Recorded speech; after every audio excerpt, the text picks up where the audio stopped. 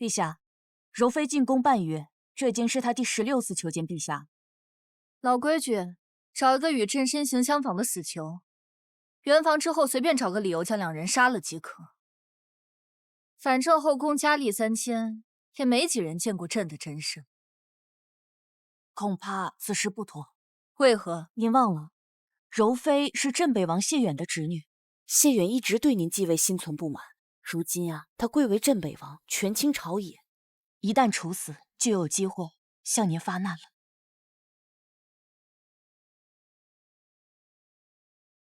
谢远的人，难怪16次求见，果然没安好心。去，找一个年轻力壮的死囚过去，好生伺候着柔妃，让她怀上孕。为了孩子，她应该知道什么该说，什么不该说。孩子，这方法能行吗？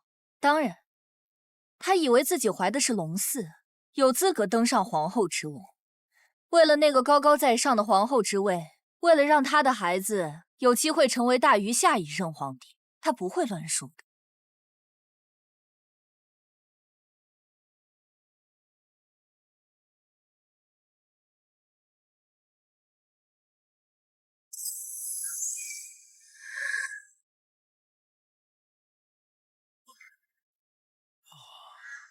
这是哪儿啊？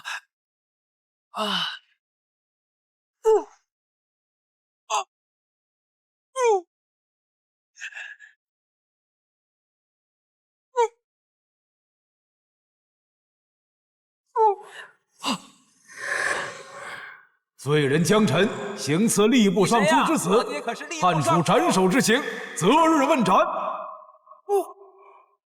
我穿越了，还是死囚，这么衰的吗？江辰，到你了。大哥，我不想死啊，大哥，我不想死啊！大哥，哎呀，靠，得想办法脱身，就派2个鸡仔一样瘦的小卒也想控制小爷，太看不起人了。一会儿找机会弄死他们。陛下，此子如何？长相嘛，有几分相似即可。我靠，好白！关键是此子是否有那方面的能力。陛下放心，此子就凭你们，也想拿捏我？大胆贼子，竟敢对陛下动手！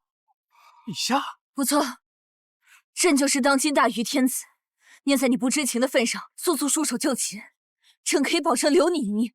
陛下不可，这贼子已经得知了您的秘密，必须杀他灭口。开玩笑，你们搞清楚情况没有啊？你们觉得你们现在有主动权吗？你想如何？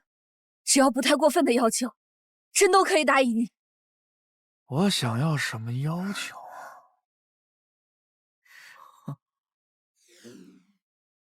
我有一个问题问你呢，堂堂大禹皇帝，为什么要召见我一个死囚啊？你们有什么目的啊？你也看到了，朕身为女儿身，乃是大禹朝廷机密中的机密。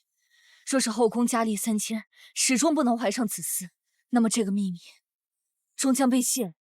所以今夜我们就特地把你从死牢里带出来，就是要让你代替朕，与妃子们同房，助他们诞下子嗣。就这种天上掉馅饼的好事儿，等等，里面说不定有什么猫腻。这后宫佳丽3000，平日也不会相见，所以你利用完我之后，才把我杀人灭口，是吧？你们倒是打得一手好算盘的。不如这样吧，我们做个交易，我可以做你们让我做的事情，但是你们必须保证不再打我的主意。你做你的皇帝，我去照顾后宫当中可怜的女人，我们互相合作，互相扶持，你觉得怎么样？大胆，你居然敢跟陛下谈交易！好，那就依你所言。那陛下金口玉言，我就相信你喽。陛下，放心，臣这就杀了这贼子。这么快就翻脸不认账，就凭你们拿得住我吗？要不我这会儿大喊一声，咱们的皇帝是女人，看看有什么结果啊！罢了，此时若是再去死牢，另寻他人也来不及了。还是依约而行。你稍后梳洗换装之后，便速速去柔妃寝宫，代替朕，让她怀上孕。好，遵旨。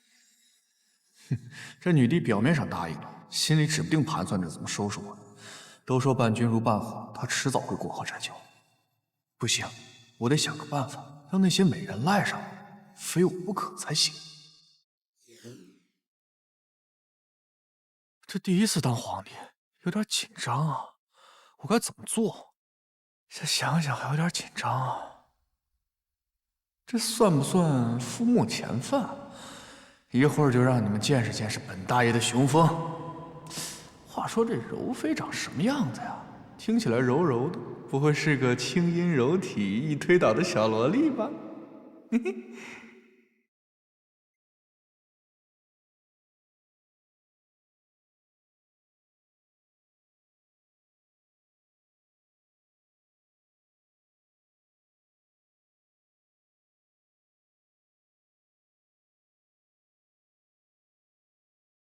便宜将臣这小子。28佳人体似酥，腰间仗剑斩凡夫。陛下好狠的心啊！这么久都不宣人家。陛下，这后宫您可要雨露均沾啊！这么多姐妹，我才刚来1个月，倒还可以忍一忍，可别的姐妹都有流言蜚语了。流言蜚语？说了些什么？没有什么。没有什么。你告诉朕，到底是谁在后宫乱嚼舌根，急不可耐啊？陛下，是臣妾失言了，请陛下恕罪。恕罪？你实话告诉我，我就饶你一命，否则罪加一等。陛下，是云妃姐姐，她想念陛下英姿，绝无他意，请陛下明鉴。云妃，这小狐狸精是想除掉这个云妃吗？管他呢，让女皇帝自己去头疼吧。春宵一刻值千金，是时候好好疼爱一番眼前的美人。好，朕知道了，以后就不要再提她了。今夜，朕的眼里只有你一人。那臣妾伺候您宽衣吧。还宽什么衣呀？这等绝世佳人放在现代，恐怕我连舔屏的资格都没有。毕竟人家永远捂着胸口，生怕穷人看精光，生怕富人看不见，哪像现在这样温玉满怀。牡丹花下死，做鬼也风流，管他看透不看透，就算是死也要做个风流鬼。请陛下怜惜。怜惜？我会好好怜惜你的。怜惜？我会好好怜惜你的。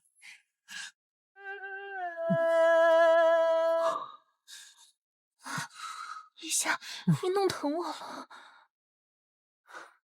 今夜之后，你就是朕的女人了。朕以后要你每天侍寝，夜夜承欢。臣妾的身和心都是陛下的，全凭陛下做主。陛下，臣妾快要死掉了。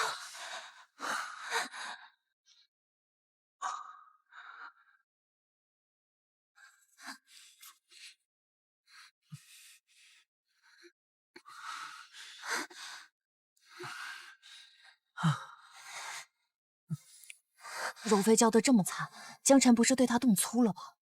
不行，他要是把柔妃弄伤弄惨，这可不好跟镇北王交代啊！有刺客！要人怎配做皇帝？受死！闭嘴！否则将你和这个不男不女的妖皇帝一起砍了！要人怎配做皇帝？受死！陛下，需要我出手吗？不必，正好让那刺客替我们除掉。那柔妃一并处理掉，就说刺客是冲着他来。谁派你来的？想知道去地府问阎王爷吧。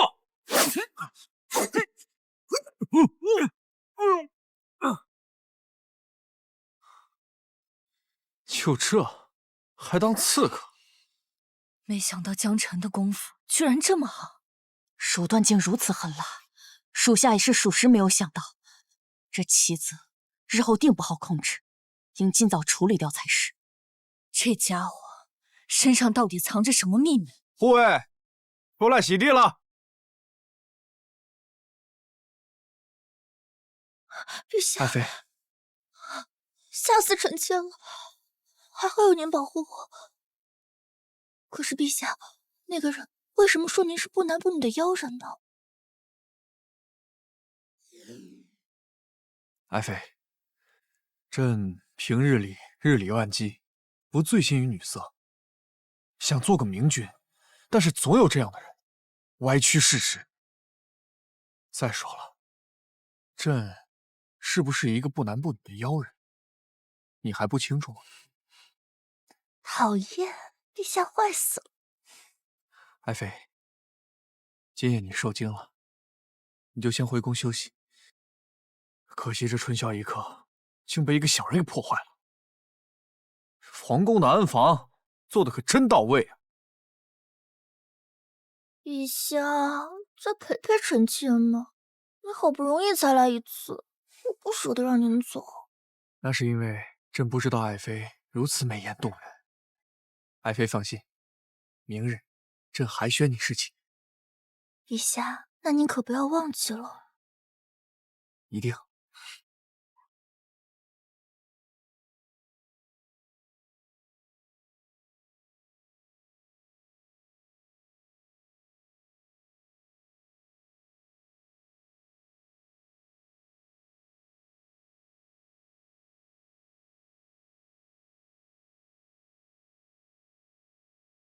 江辰这家伙武功不低，等14带回来，金牛卫先控制住他，不能给他发难的机会。他为什么要用这种眼光看我？我不是被我雄厚的资本给惊到了？让开，你坐了朕的位置。哦，这可是金主爸爸，得伺候好吧？爷爷笙歌的梦想可全指着他实现了。你必须死，留你一晚已是天大的恩赐。杀了他，把尸体埋在后花园里。要杀便杀，但是我有个建议，先听一听，听完再杀也不迟。有屁快放！柔妃那可是10岁之位，明日她肯定会来找我。那她要找不到我，就会大闹整个皇宫。我猜你们是不敢杀她吧？否则也不会找人替你。要杀了我，就自己上吧。你好大的胆子，敢自作主张！你若坏了朕的大事，朕一定会将你凌迟处死。凌迟处死？要不是我灵机一动向柔妃许了诺，说不定此时已经被埋在后花园了。既然你宣了柔妃明日觐见，那就尽全力让她怀上孕，替朕打破谣言。你最好别耍花招，若是敢谋害朕，朕一定叫你死无葬身之地。行，陛下你也请放心，我是断然不会谋害陛下。再说，你这儿管吃管住管喝的，还有柔妃这样的美人给我圆房，我感激你还来不及呢。我们啊，现在是一条绳上的蚂蚱，怎么会坏你大事？但是你可别忘了，我可是跟柔妃表明了你是日理万机，视作明君这样的态度，这也算是为你扫除了一些风言风语吧。你是不是得记我一功啊？你倒是个真小人，不管你说的是真话还是假话，14，替朕盯着他，如有任何异动或者与外界联系，杀无赦。是，陛下。别怪我没提醒你们啊！柔妃这个小狐狸精肯定是受人指使，她想接我的手，不是，其实借你的手除掉一个竞争对手。那个妃子叫什么来着？他刚刚提到了云妃啊，对，云妃，你们就慢慢头疼吧。云妃是老相国徐安老爷子的孙女，老相国对我庇护有加，朝堂之上，只有她勉强能和镇北王谢远分庭抗礼。如此说来，谢远这是准备对老相国动刀子。老相国年事已高，谢远也算是他的门生之一。竟然对他的孙女下手，当真可恨。陛下，云妃自打进宫以来，从来都没有见过陛下，却毫无怨言。两者相比，柔妃的心思可见一斑。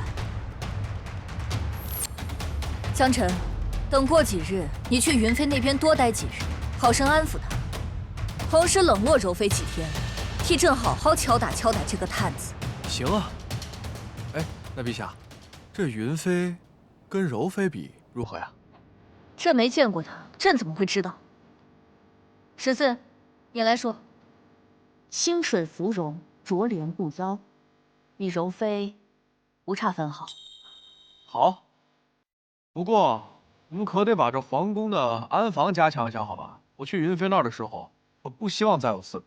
你放心，我定会把云妃的寝宫围得像个铁桶一样，一只苍蝇也飞不进去。这么说起来，这刺客一上来就高呼妖人受死，目的性极强，肯定是受人指派的。何人竟敢如此大胆？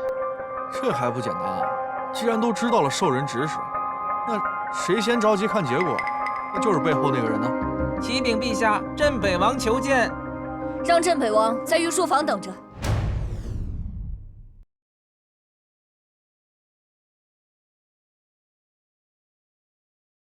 年岁大了，跑不动了，还望陛下见谅。哎呀，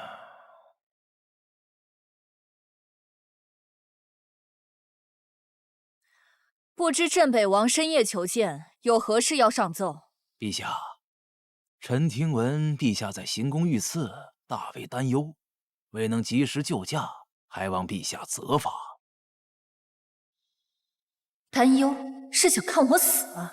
不知这刺客是何身份，为何深夜行刺陛下？刺杀朕还需要什么理由？至于那个人是什么身份，朕也想知道。倒不劳镇北王替朕分忧，大理寺会彻查此事。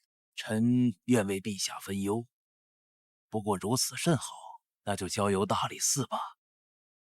臣还听说那刺客行刺之时提到了妖人二字。那刺客死在寝宫之中，只有他们几个人知道，连金牛卫也是在刺客伏法之后才进门。你谢远相隔千里都知道，难道你有顺风耳不成？果然被江辰说中了，急着看结果的人就是幕后黑手。朕姑且假装不知道，再试探他一番。镇北王还真是会说笑，这世上哪有什么妖人，就连那些巫蛊之术，也不过是有人蓄意加害罢了。陛下，臣说的妖人不是妖，而是那不男不女。子不语怪力乱神，镇北王还是莫要捕风捉影为好。不过朕倒是有些好奇，那个刺客伏法时在场只有几人，且那几人都未曾出宫。镇北王是如何从刺客口中得知“妖人”二字？陛下，您说笑了。这捕风捉影的消息确实不实，臣今夜前来是另有其事。什么事？再过几日就是先皇祭典，陛下，您带着文武百官和后宫嫔妃前往东郊皇陵，为先帝祈福，并且请求先帝护佑大禹，还望陛下早早做好准备。好，朕知道了。陛下，臣还有一事，侄女入宫许久，佳妹甚是想念，不知能否在祭典之上让佳妹与侄女叙叙旧。朕觉得不妥。不知陛下是觉得祭典不妥，还是觉得让臣和佳妹见侄女不妥，亦或是两者都不妥？祭典那日，柔妃一旦发现自己才是皇帝，立刻就会让谢远发难，这可如何是好？干脆就说柔妃怀了身孕，替她推脱了祭典。朕并非是觉得祭典不妥，而是柔妃刚怀上龙嗣，不大方便走动，以免动了胎气，这样反倒会使父皇不愉。哦，竟有如此巧合之事。陛下，臣的意思是，既然怀了孕，那更应该出来走动走动，锻炼一下身体。毕竟怀了孕，这一躺下就静养，等肚子大了，这身体吃不消啊。依臣之见，正好趁祭典之时，让佳妹叙旧之时好好说一下，叮嘱一番，让她注意一下龙嗣。这不知陛下还在犹豫什么？这怀了孕，那胎儿有假吗？好一个奸猾的老狐狸！怀孕这个理由根本搪塞不了他。过几日，柔妃若是去不成，谢远定会生疑；可若是去了，身份之事定会当场告我，这可如何是好？好，那就依镇北王的意思，按时举办祭典。那陛下莫要忘记带上臣的侄女，好让佳妹同他好好叙叙旧。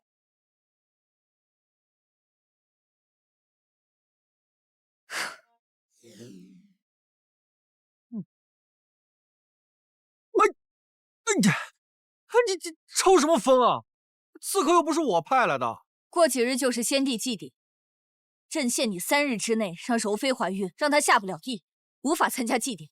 好，保证完成任务啊。可是陛下，根据惯例来说，先帝祭典是必须要带上文武百官和后宫嫔妃的。如若柔妃不在，镇北王必定会引起怀疑。镇北王非要见他，不出现，他还只是生疑。一旦让他发现我才是真皇帝，那才要命。哎，陛下，我呢确实是有100种方法能让这个柔妃下不了地，但是她只能治标，不能治本。听你们说，这个镇北王好像是一个心机挺深的人。哎，如果他心生疑虑，是不是会不停地试探陛下您的性别？如果他发现陛下您是一个女人，他肯定会以此为借口要陛下您的江山啊！陛下，我倒是有一个方法，不如让我试试吧。朕凭什么信你？哎呀，死马当活马医嘛，难道还会有比这个更差的结果吗？那实在不行的话，就让柔妃3日下不了地喽。哎，不过陛下，我看你近日满眼都是红血丝，这个同人灰败，心火燥热，这是内分泌失调导致的更年期提前。陛下长此以往，这情况不妙啊！说人话，否则死罪可免，活罪难逃。哎，其实啊，就是寒疾半身，是不是每月月事来临的时候，腹痛难忍啊？好在呢，我呀，妇科圣手，愿为陛下效犬马之劳。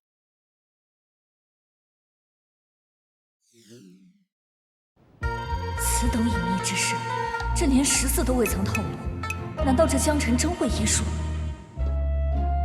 妇科圣手，你不是登徒浪子吗？哎呀，这个不冲突吗？胡说！太医曾为陛下诊治过，说陛下身体健康，哪有你说的什么寒疾之症？敢在陛下面前胡说八道，我今天非要好好收拾收拾你！我想起来了，这个呀，它是一个妇科病。陛下每月月事来临的时候腹痛难忍，但是平日里都很正常。那个时候，陛下会找太医来诊治吗？14，把剑收起来，确有此事。陛下恕罪，14不查，还请陛下责罚。起身吧。今日若非江辰点破，朕也不知道竟是寒疾之症。江辰，这寒疾你可有办法根治？如果呀，这要是平常的太医，这个病，那确实就是一个不治之症。但是陛下，好在我是妇科圣手啊，我定能根除此病。既如此，就让14陪你去太医院取药。无论多么珍贵的药材，太医院应有尽有。陛下，除了这个药材之外呢，其实你知道，他这个病呢，它是寒毒积于体内造成的，所以它需要一些个特殊手法，因势利导的排出体外。只要陛下您愿意配合，这个病啊，一定可以痊愈。怎么配合？什么？你让朕脱衣服？你这登徒子果然色胆包天，信不信朕斩了你的命根子？哎呀，陛下，就像我刚才跟您说的，您这个寒毒啊，得通过特殊的手法，因势利导排出体外。这要是隔着衣物，哎呦，效果啊，那是微乎其微呀。您啊，为了大禹的江山社稷着想，您得健健康康的，不能生病啊。必须得脱。得脱，这也是这个病没办法根治的原因。您看这太医，他不就是治不了这个病吗？信你一回。我脱。你还不转过去？哦，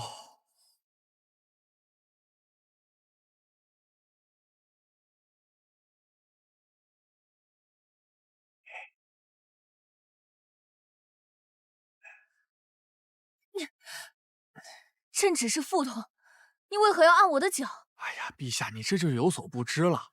这个足底啊，能打通往人体所有的内脏的穴位，只有打通了穴位，才能把寒毒给排出去。陛下，一会儿啊，我再给您拔个罐啊。这个过程当中，您要是有任何的感受或者体会，全部的都叫出来。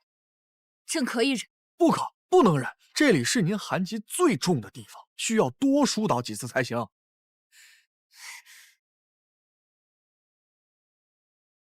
这是什么？这个就是传说中的拔火罐。陛下，感觉如何呀？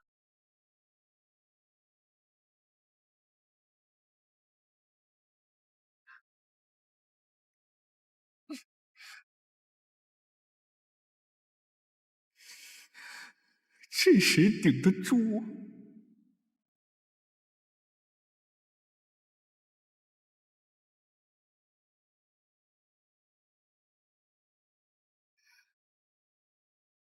陛下，感觉如何呀？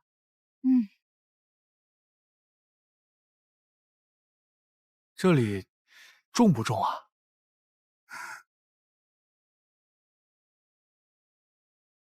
你的手往哪儿放呢？啊，这个地方经脉阻塞，需要多按呀。再敢乱动，信不信朕剁了你的爪子？不敢，不敢，不敢。陛下，百官和嫔妃都已经到了。江晨呢？他不是说他有办法吗？他人呢？柔妃也已经到了。至于江晨，不知道他去了哪。无耻小贼，朕就不该信他。他肯定是趁机溜走了。14，传朕旨意，立刻发布万里追杀令，活捉此贼者，赏100金，封千户侯，这样拿着小贼的头颅祭天。哟，我这么值钱呀？要不我自付双手，自己送上门。陛下，您就把封赏给我得了。你这小贼跑哪儿去了？我还以为你畏罪潜逃了呢。这个皇宫啊，就像是我的家，我穿金戴银，锦衣玉食，我怎么会走？我还能夜夜笙歌，这我哪舍得走啊？14说柔妃已经到场，朕不是让你把她弄得下不了地吗？哎，陛下，您就放心吧，现在她分辨不出你我，一会儿你就知道了。14，你去盯着柔妃，一旦她发现什么端倪，趁机把她打晕，千万不能让她和镇北王碰面。陛下，且不说这样的机会不好找，就算是柔妃消失了，镇北王也肯定会怀疑的。就说柔妃身体不适，舟车劳顿，朕让她先行回宫休息。就这样做吧，眼下没有更好的办法了。启禀陛下，先帝祭典马上开始，众嫔妃和文武百官都已到齐，请陛下移步皇陵主持祭典。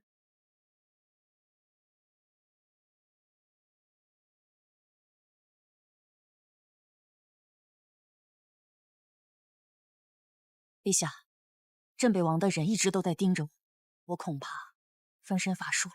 江晨，如果柔妃出了岔子，我定要将你千刀万剐，碎尸万段。皇上驾到！吾皇万岁万岁万万岁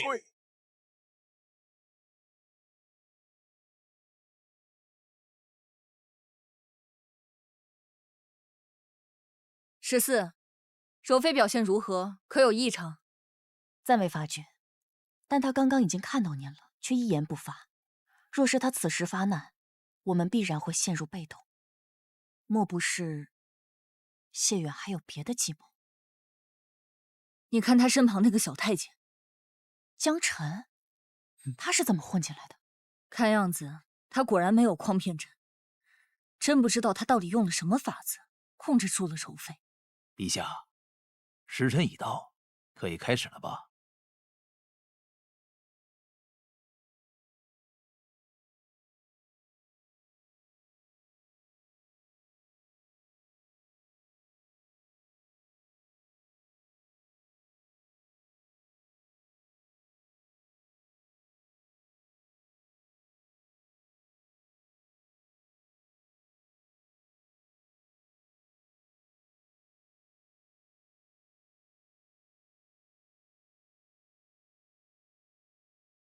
求先皇庇佑大禹风调雨顺，国泰民安。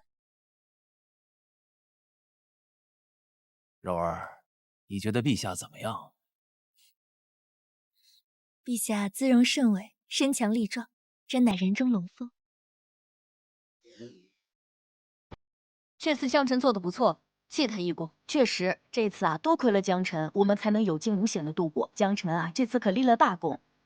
陛下，你刚刚有没有看到那镇北王的脸色呀，比御膳房的锅底还黑。陛下，你说你要记我一功，要给我什么赏赐啊？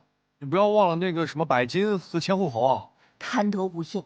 那万里追杀令，你要不要？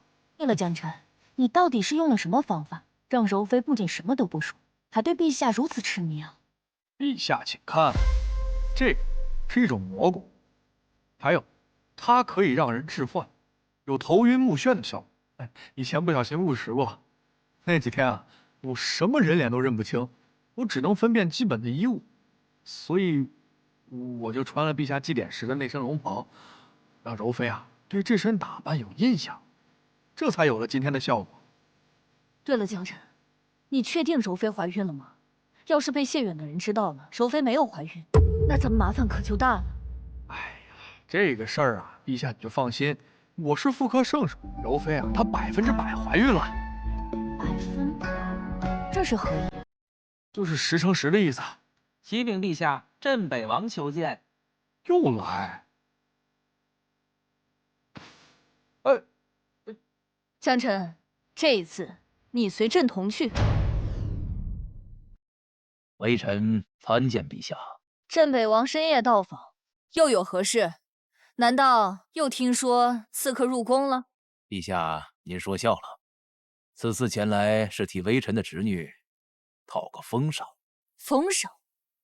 柔妃？不错，微臣侄女是后宫之中第一个怀有龙嗣的妃子。按照祖制，怀孕的嫔妃是有机会晋升分位的。这……陛下，您这是在迟疑什么？难道是对柔妃有所不满吗？放肆！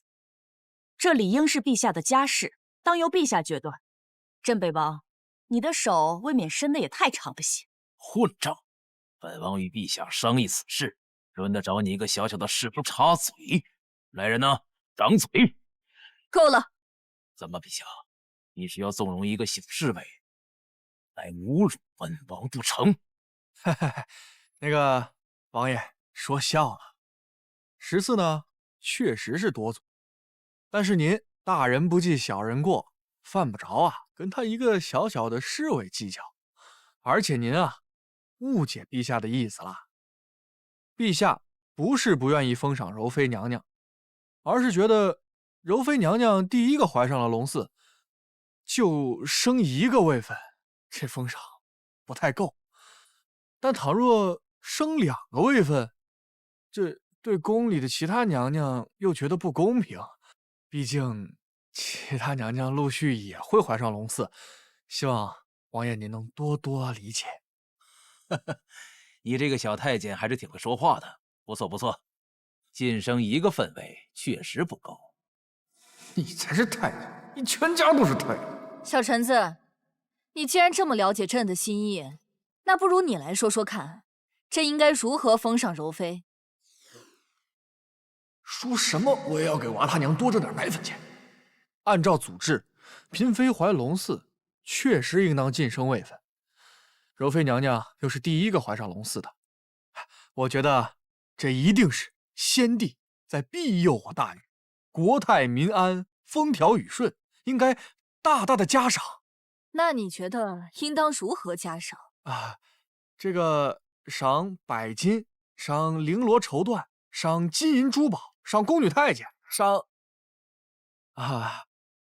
当然呢，这些都是物质上的嘉赏。我觉得亲人的关怀可能更为重要。陛下，不如把柔妃娘娘的生母接到宫里来，跟柔妃娘娘团聚，小住个把月。让柔妃生母入宫，江城葫芦里卖的是什么药？罢了，今日祭典他做的不错，姑且再信他一次。好，那就赏赐柔妃晋升位分，以及刚才小臣子说的赏赐。镇北王意下如何？微臣谢主隆恩。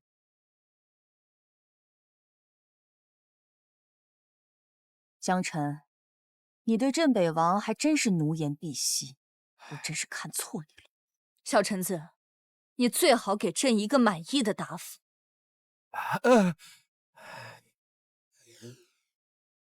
镇北王如此猖狂，我看你比他还要猖狂。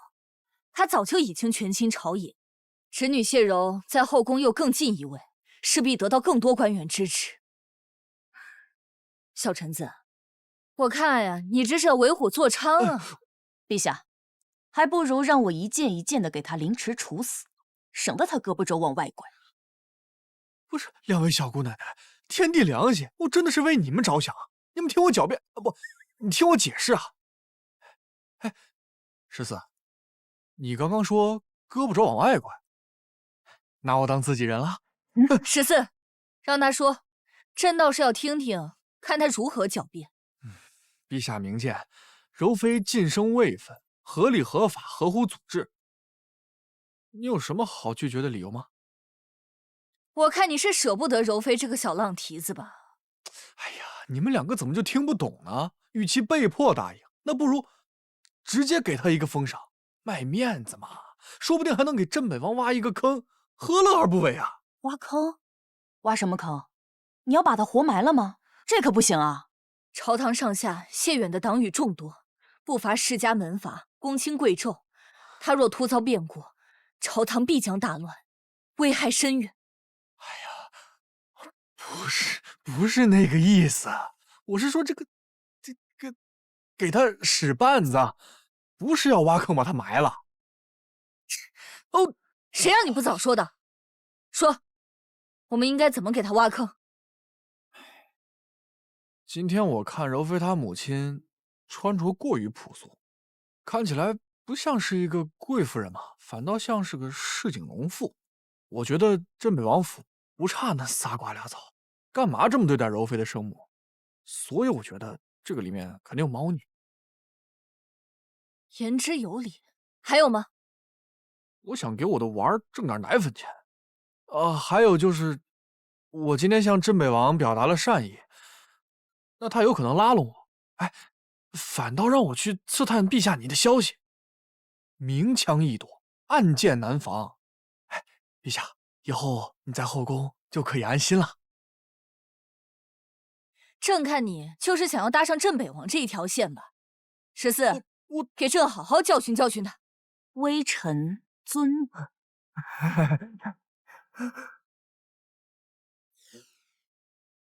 陈公公留步。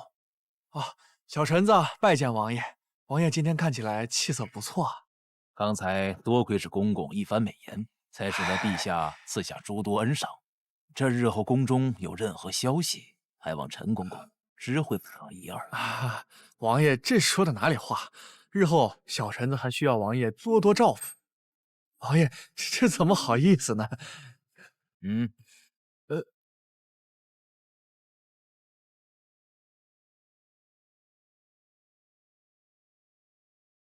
？100两，你就给我100两，你大夫叫花子呢？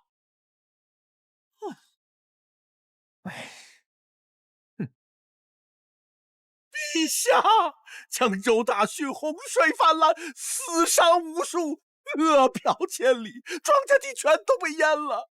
数十万老百姓吃不到粮食，微臣恳请陛下救救可怜的老百姓吧！户部尚书，附近有多少州郡可以开仓放粮？国库能否支援？启禀陛下，先帝时期就曾发生过类似的水灾事件，国库至今空虚，江州赈灾实在是有心无力啊。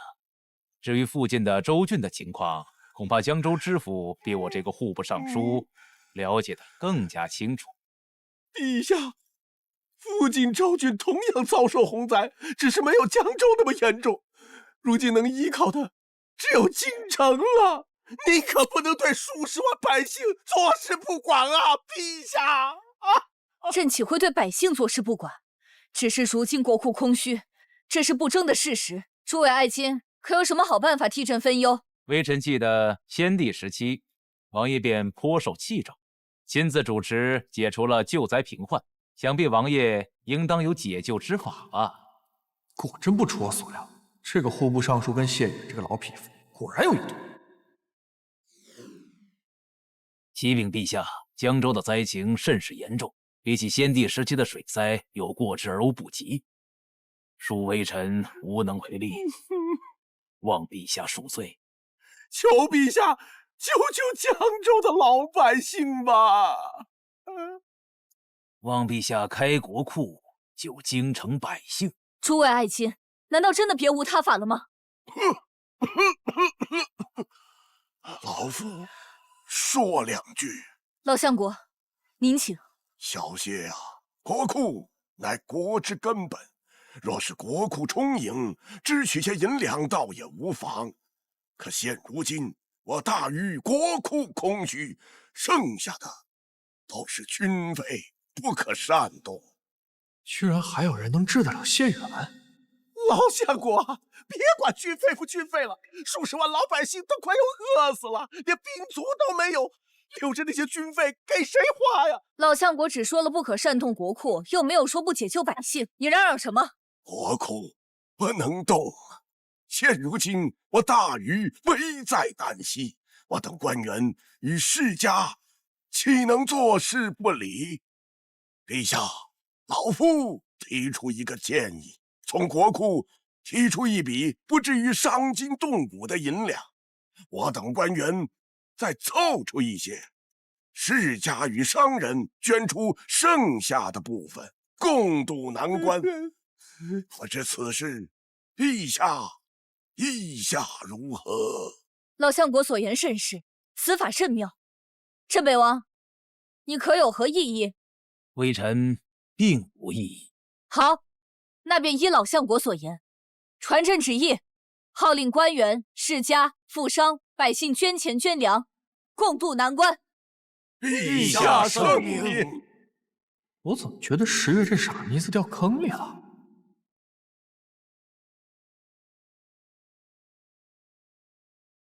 太好了，老相国果然睿智非凡，短短2日便筹集了100万钱粮，再过几日备好车马，便可陆续发往江州，解救灾民。不愧是连先帝都依仗的老相国，您刚刚看到了没？老相国一说话，那镇北王连大气儿都不敢出一个。看到了，有老相国在，镇北王在朝堂上就无法一手遮天，我得好好报答老相国才行。江晨，你速速去云飞寝宫，替朕让云飞怀上龙嗣，朕要晋升他的位分，让他与柔妃平起平坐。江晨，你在发什么愣？平起平坐还不好，得让云妃压他一头。难道要让云妃连晋2次位分？可是这样的话，镇北王恐怕又要跳出来找麻烦了。晋升位分需要怀上龙嗣的，我们把柔妃的龙嗣……你的意思是弄掉他的孩子？不可，万万不可！怎么，你莫不是舍不得看到柔妃受伤？陛下，这镇北王他好不容易安分了几天，柔妃要是流产了，镇北王是不是得大发雷霆啊？再说了，我们现在可是抗洪救灾的关键时期，少发生事端为好。我看呀，你就是被那狐狸精迷了眼，你是不是忘了？你的小命捏在谁的手里？又来，陛下，您难道不觉得赈灾的事情发生的太过顺利了吗？我看你是不盼着大禹的好，那你倒是说说看，老相国的计谋有何不同？我的直觉告诉我，这个事情它就没那么简单。陛下，要不你给我几天时间调查，我一定给你查出些蛛丝马迹啊！你只是朕的替身，用不着你多心。你还是赶紧去云妃的寝宫，好好抚慰她。3日之内，若是你不能让云妃怀上龙嗣，朕拿你试问。3日，行，我去就去，瞧不起谁？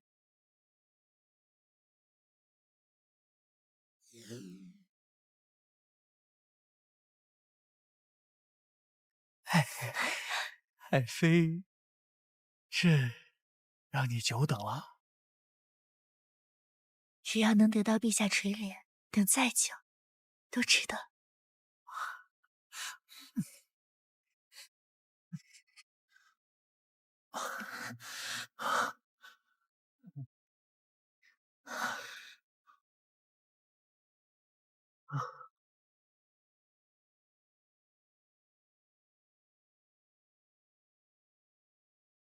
陛下，可是有什么心事？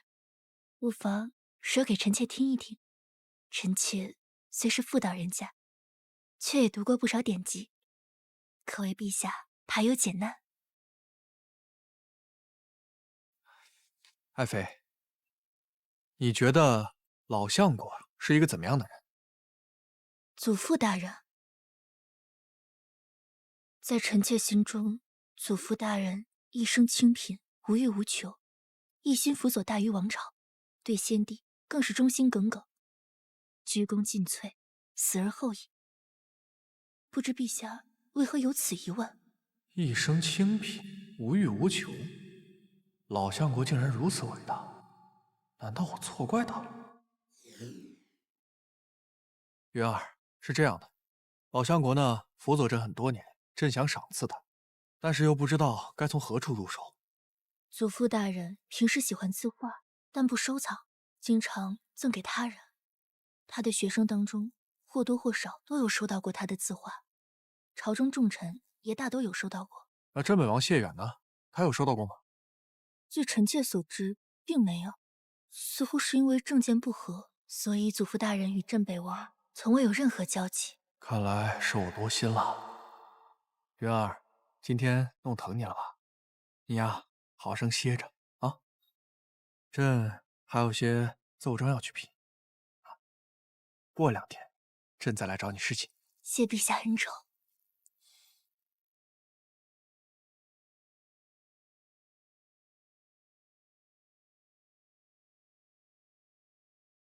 哟，你这会儿不在云妃殿里，这么早出来做什么？我心慌啊。我总觉得最近有大事要发生。嫖香窃玉的事情干多了，是会遭报应的。哼，不好意思啊，是皇上的事儿。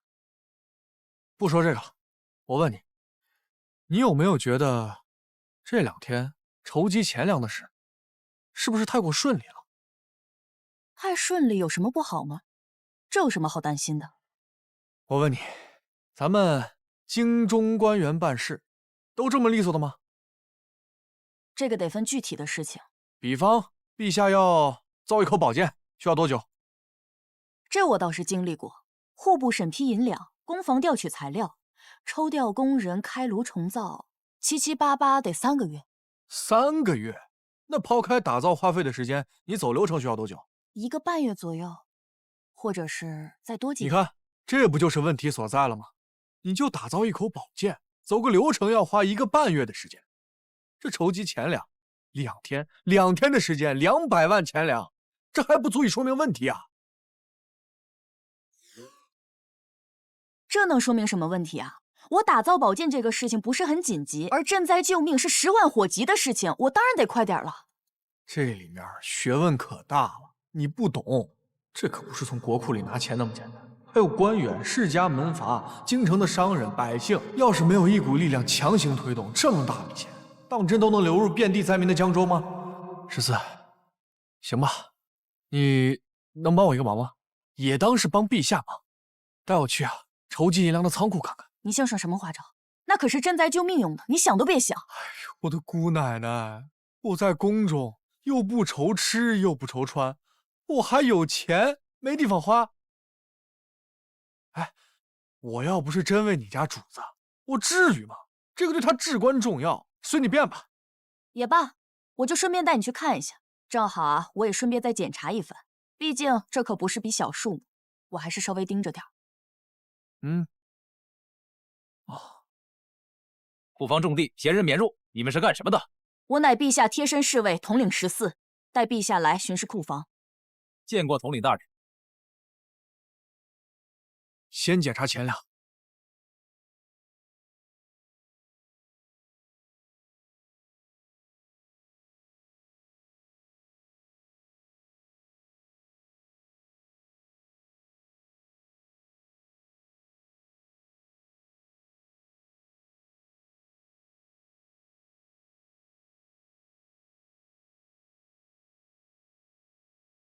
这都看完了，有什么问题吗？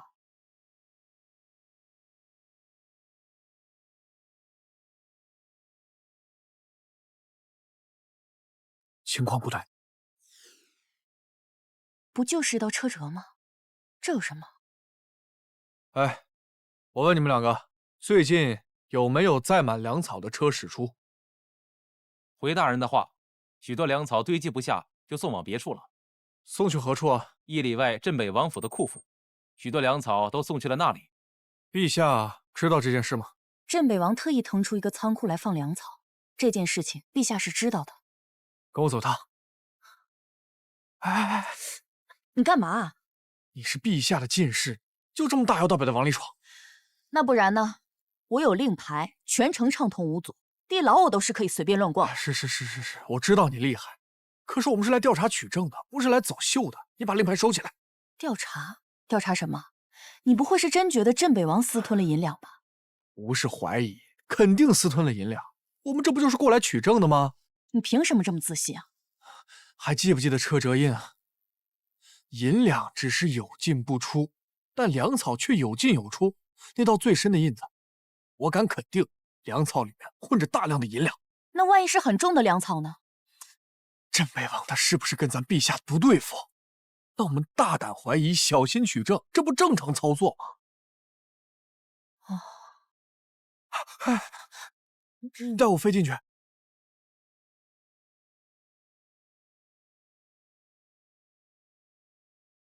14和江辰怎么还没回来？还在云飞寝宫那边吗？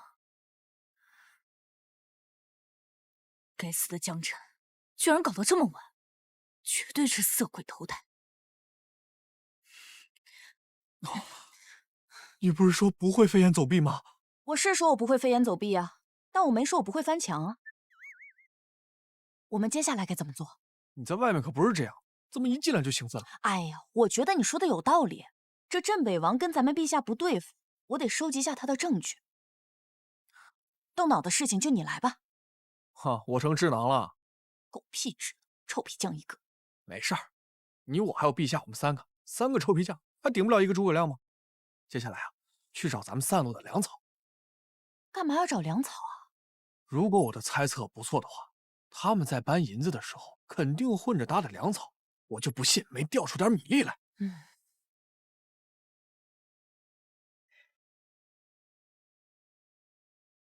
找，这里边一定有机关。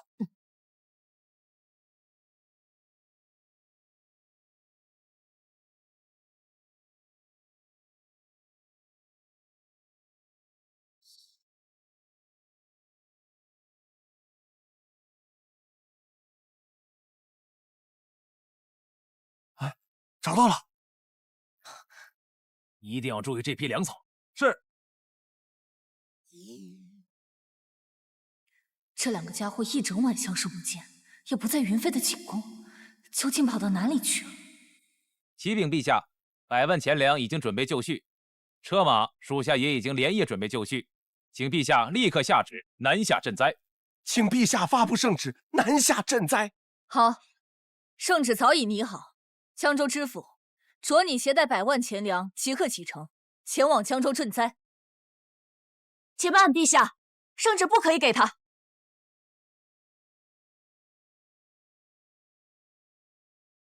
启禀陛下，14有事关赈灾的要事要启奏，还请陛下圣旨押后颁发。来人，传太医。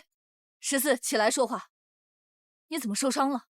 启禀陛下，昨日14带着小臣子去巡查库房，发现了一些端倪。什么端倪？有人想要中饱私囊，贪墨赈灾粮款。竟有此事！14，究竟是何人胆敢打上赈灾营的主意？你速速道来。是朕。启禀陛下，是江州知府和户部尚书2人，他们将赈灾的银两藏匿在运粮马车里，送往镇北王的府库，意图嫁祸给镇北王。行了，哎呀，你少多嘴。昨日14大人冒死带着小人调查镇北王府库，我们找到了藏匿银粮的位置，也偷听到了这2人的对话。钱粮一旦运出京城，即刻会被这2人所瓜分，江州的百姓那是1分钱都拿不到啊！血口喷人！陛下，他诽谤我！陛下，他诽谤我！陛下，微臣是江州的父母官，怎会做出此等贪赃枉法之事？请王爷替臣作证，请陛下替微臣做主。镇北王，14是在你的地盘上发现的端倪，你可知道此事？糟糕，定是昨夜我等商议时被他们听到了，还被14拿到了证据。这小太监是在提醒我明哲保身。启禀陛下，微臣与此2人毫无瓜葛，请陛下彻查2人，还微臣一个清白。赈灾事关重大，朕一定会彻查此事，宁杀错不放。别动，喂，再动伤口要裂开。为什么不找太医来给你包扎？是怕被他们发现你的女儿身？谁替我包扎你不用管，我刚刚要揭发镇北王，你为什么不让？明明他才是主谋。不是，难道你觉得？14，你的剑刚刚逃离镇北王府时断掉的。14拼死保护我离开，就是因为这把剑断了才受的伤。江辰，你最好给朕一个合理的解释，否则朕就让你变成真太监，让你再也别想夜夜笙歌。对啊，明明镇北王才是主谋，为什么你把他摘出去？你到底是站哪边的？天地良心啊！我真的是为了陛下我才这么做的。扳倒镇北王才是帮我，你说是帮我，却处处维护他镇北王，口蜜腹剑。看来是我看错人了，早知道将你从地牢里带出来那天，朕就该一剑杀死。哎，且慢且慢，好不好？且慢且慢，听我给你们解释一下，行不行？14带着我从镇北王府一路杀出来，那么大的动静，难道他们会把银子放在原地等着我们去查吗？我们是不是没有证据？如果镇北王牵扯其中，他会有100种方法为自己辩解，还能包庇那2个人，还能反咬陛下你一口。我把镇北王从里面摘了出去，他情急之下直接把那个什么吏部尚书和江州知府扔出去给顶罪。他会协助我们自己来定罪，我们这个时候是不是可以剪除掉镇北王的羽翼啊？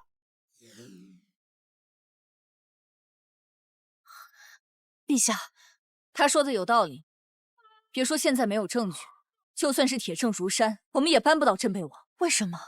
我们不是应该让他认罪伏法吗？按理来说，确实是应该让他认罪伏法，但问题就在于镇北王羽翼丰满，所有人都会替他说话。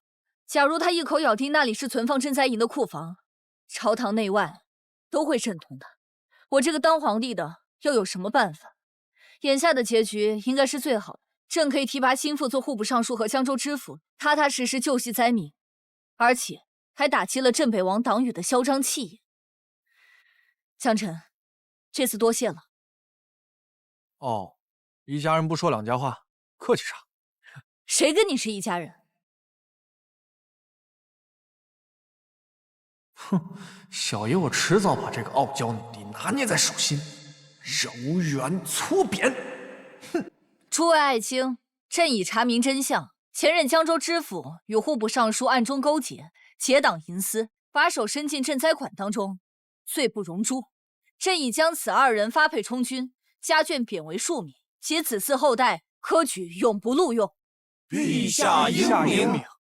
传朕旨意，即刻派遣新任江州知府携100万钱粮南下赈灾，着镇北王谢远负责看管押运。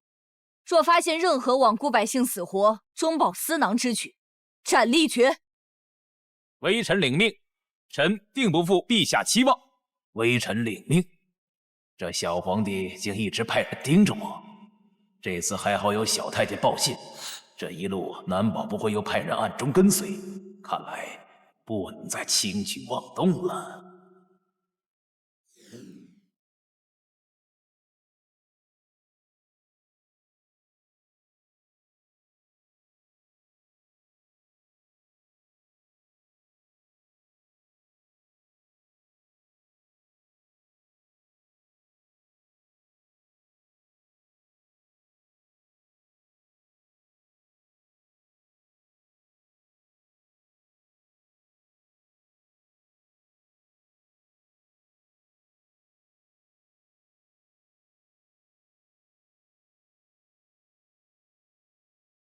张伯为了我无以为报，我只能以身相许了。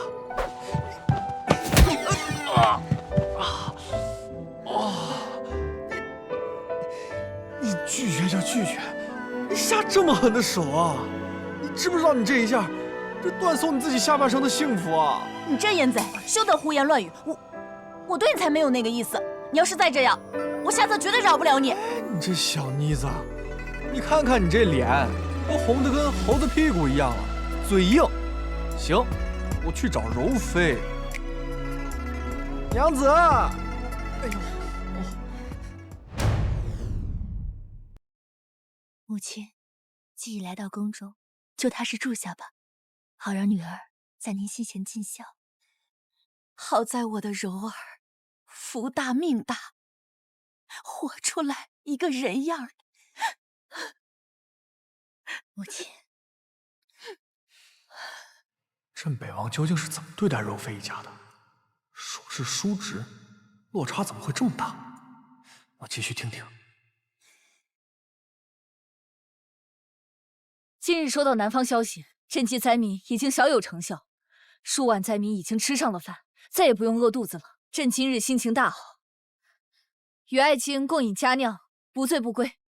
来，300杯啊，300杯！对，300杯，醉了也得喝。小臣子，这一次你又立了一功，保护了赈灾钱粮。说吧，你想要什么奖赏？陛下，我想要您后宫当中的那些可怜女子，赏给在下。瞧你这点出息，准了。谢陛下。登徒浪子，色鬼投胎。圣人云：“食色性也。”陛下，在下还有一个赏想向您讨。镇北王，朕不是命你负责赈灾之事，怎么突然回京了？启禀陛下，微臣赈灾已初见成效，此次乃是回京述职。小臣子，把你昨夜和朕说的话向诸位爱卿复述一遍。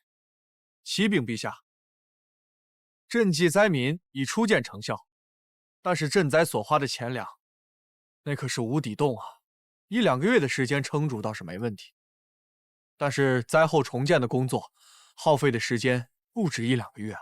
还请陛下与诸位大人早日决断，避免民怨沸腾。这小子居然把本王的台词抢了，本王还想等民怨沸腾时拿来为难小皇帝，可惜了。诸位爱卿多多少少都曾经历过先帝时期的那场水患，想必各位应该已有良策了吧？启禀陛下，微臣此次进京述职，也正好想向陛下阐述这件事情。不要脸的老匹夫，明目张胆的抢我功劳，亏我还帮了你2次。镇北王，先帝时期镇阳水患就是你处理的，当时是如何处理的？可有良策？先帝之时，国库充盈，微臣只是奏请先帝开国库，以来赈济灾民，但也是艰难度过。如今国库空虚，全京上下捐钱捐粮，已经到了山穷水尽之步，再无余力重建家园。陛下，奴才有办法。我等朝中重臣正在商议国家大事，你这小太监就莫参与此事了。不错，区区一个奴才，竟敢妄议国家大事，简直不自量力。你能提出灾后重建的问题，确有几分机敏。可眼下就连陛下和镇北王都黔驴技穷，你又能有什么好办法？让他说，老夫倒想听听他有什么点子。不错，当局者迷，旁观者清，说不定这小子能有什么好办法呢？老小子可算说了句人话。既如此，小臣子，你且把你的想法说给诸位爱卿听一听。启禀陛下，在下有几点不太成熟的小建议。第一，灾后的重建工作不在于恢复生产，而在于处理好灾民的尸体，以防止瘟疫大面积传播。第二，赈灾当用重典，多人监管，贪赃枉法者，冒领赈灾款者，杀无赦。第三，轻徭薄赋，以示陛下天恩浩荡。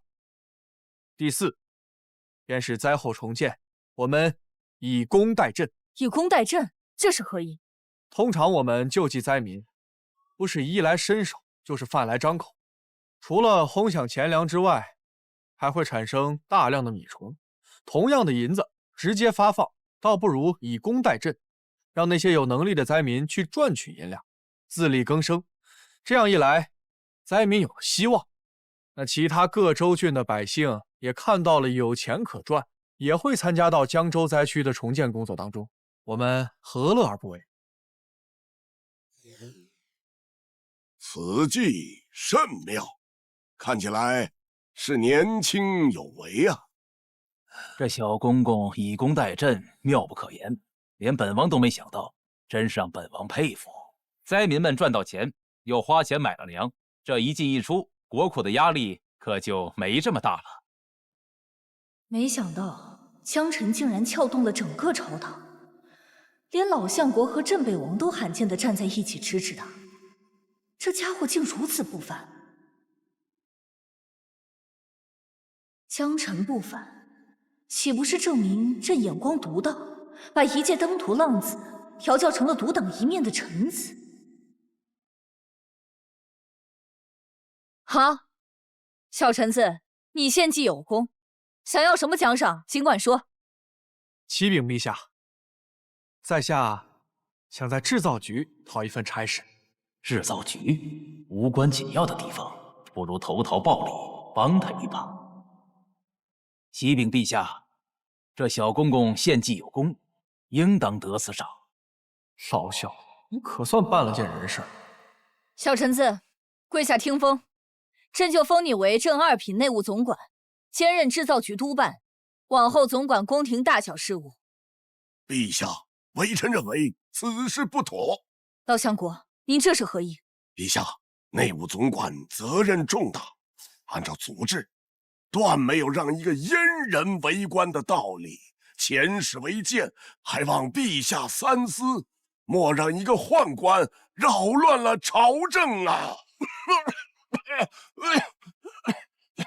老相国，朕心意已决，无需在意。退朝。祸乱朝纲，这也太看得起我了，这是把我当成9000岁魏忠贤了呀！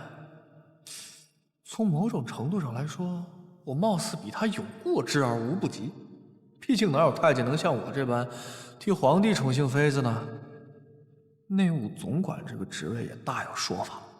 要知道，就连纳兰明珠、年羹尧还有和珅这样的大官都当过内务总管，这个赏赐也太大了。难怪老相国不答应。嘿，还好小爷我笼络了镇北王，要是连他一起反，这个位置绝对轮不到我。总管大人，制造局的主管大人他怎么了？他正在忙于督造军械，无暇拜见大人。他堂堂一个总管，用得着自己亲自督造军械吗？分明就是找借口不想见我。小桂子，带个路。扎，我们去看看他磨什么洋工。那江辰算个什么东西？不知道哪里冒出来的小太监，竟然骑到我的头上去了。就是，制造局可是我大禹的重要部门，怎可让一个阉人做督办？哼，小皇帝真是想一出是一出。说得好，哈哈哈，让一个阉人做督办，简直可笑。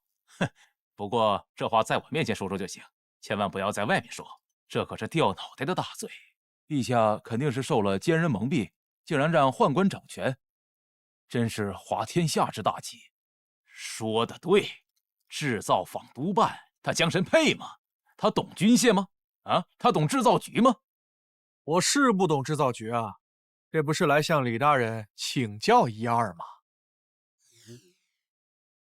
你就是江辰，一个大妖人带着一个小妖人，你不老老实实做你的太监总管，来我这制造局做甚？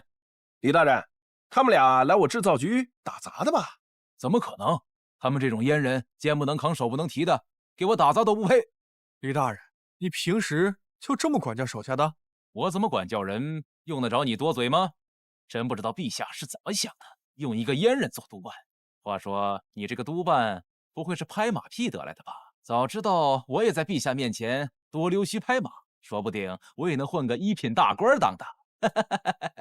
完了，你真完了。那个小桂子，你记一下，制造局的总管李密，妄议当今圣上，诋毁当今圣上，有眼无珠。哼，阉狗，你诋毁我！你话里话外不就是这个意思吗？是不是小桂子？就是。那我们当然只有如实的汇报了。哦，当然了，如果你老老实实的配合我，或许还有那么一丁点机会。呸！阉狗仗势欺人！我李密兢兢业业20年，陛下定会为我做主。住手！竟敢私自掘毁军械！李大人，这就是你兢兢业业的结果呀！哼！大胆江辰，竟私自毁坏军械，该当何罪？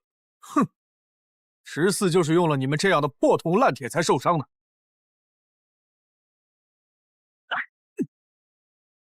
哼！破铜烂铁啊！李大人，为什么能在你的带领下，咱们的制造局做出这么多的破铜烂铁啊？胡说八道！你这个人使用了什么妖法，竟敢私自毁坏军械？我定要向陛下面前告你一状！好啊，那我们就把刀带过去给陛下看看喽。你这阉人，敢威胁我？私自毁坏军械可是重罪，你不怕陛下惩戒你吗？你是不是疯了？是我毁掉这些破铜烂铁最重啊，还是你制造这些破铜烂铁罪更重啊？何况我是制造局督办吧，我是不是有责任检查你这些破铜烂铁？你有什么异议啊？小桂子，你把这给我拿上，见陛下。是。你这阉狗，快放开我！陛下驾到！陛下，就是他，险些害死14。怎么回事？陛下，此子擅闯军械坊，私自毁坏军械，请陛下治罪。陛下，这个就是李大人兢兢业业的结果。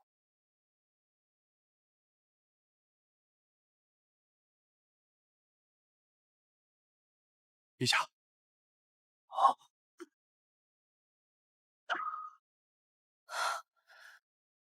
朕就说14的长剑怎么会那么轻易崩断？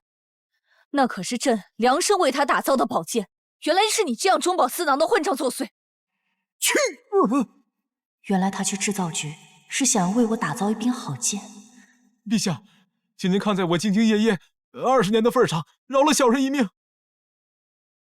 饶了你？那谁来饶了拿着你造的破铜烂铁上阵杀敌的将士？年年哭穷，年年喊累，这就是你给朕、给先帝的答复。制造局主管李密，欺上瞒下，中饱私囊，毁我大禹根基，汉千刀万剐，凌迟处死，以九族，以谢天下。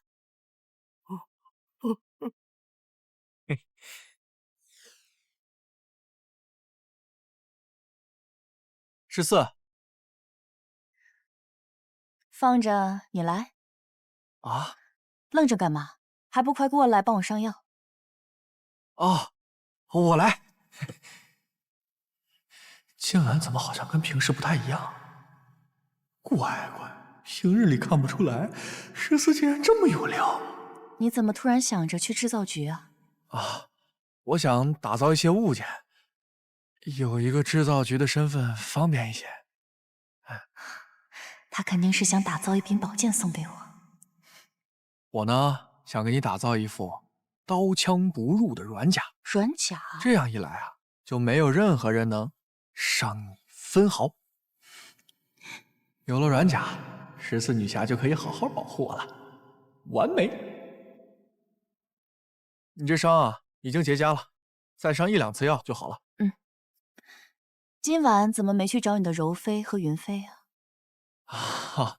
柔妃的母亲跟柔妃在一起不太方便，云妃嘛，她怀孕了。那你岂不是没有地方可以去？没有啊，我去制造局凑合一晚就行。去制造局干什么呀？晚上跟我一起练武啊？练武？我不是那块料。我们去床上练如何？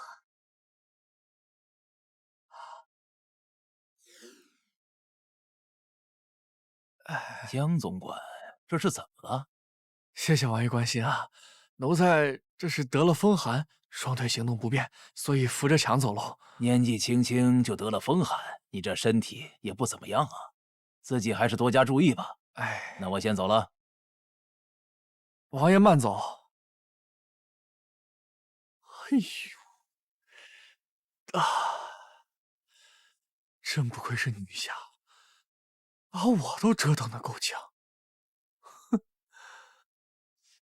这柔妃和云妃加起来，加一块儿都抵不过她。还好这王爷不知道我是个假太监，要不然笑话死我。哼，哎呦，哎，你走路干嘛扶着腰？肾不好。话说你怎么一个人来？14呢？那什么，14他今天身体不舒服，告假一天。14自幼练武，身体强壮，几乎很少生病。你这是在开什么玩笑？你昨晚在哪里休息的？该不会是和14？好啊你，胆子是真的肥了，竟敢连朕的护卫都欺负。看朕今天不好好教训教训你！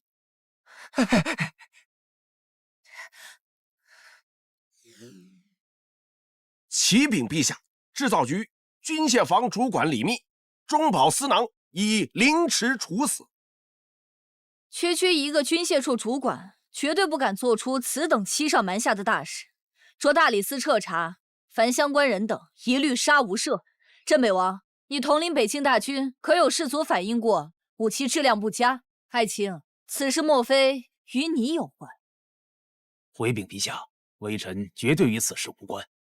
微臣愿积极配合调查，以正自清。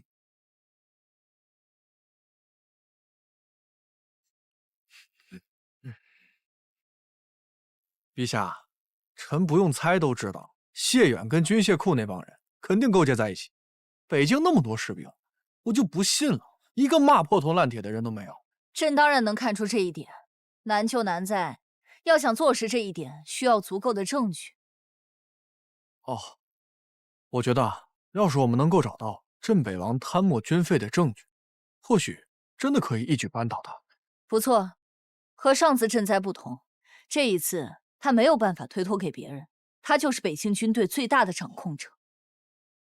哦，而且托你的福，扳倒前任户部尚书和江州知府后，镇北王的党羽也不再是铁板一块了，朝堂内多了许多支持朕的声音。那陛下这一次是不是得嘉奖我一下？你都睡了朕的贴身侍卫，你还想要什么奖赏？这次不一样的，14是主动的，我是被动的。不过这次啊，陛下，你还真非得嘉奖我一下不可。哦，为何如此有自信？你还记得李密总管手下的2个工匠吗？我把他们藏起来了。江总管今日气色不错呀。回王爷，昨日睡得香。本王有小事请江总管帮忙。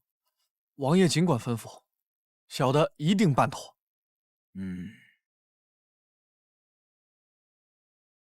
那日抓捕李密的时候，有2个小工匠不知去向啊，你可知道他们在哪里吗？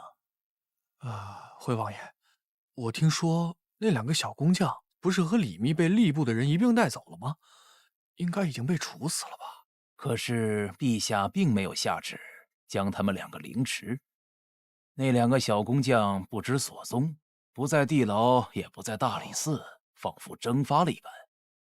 本王身居高位，这难免会有非议，流言蜚语啊，不得不防。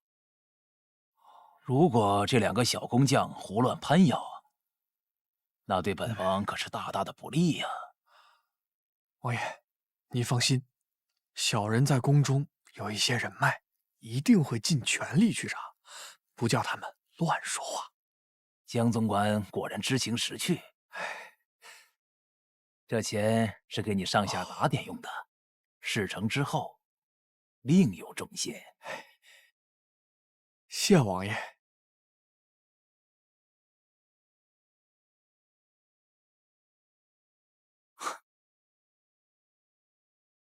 500两，你连我都打点不了，你打点谁呀？你脑子有病是不是？不过这倒说明那2个小木匠跟镇北王都有关系。做得好，没想到你教好镇北王这一步闲棋，居然能屡建奇功。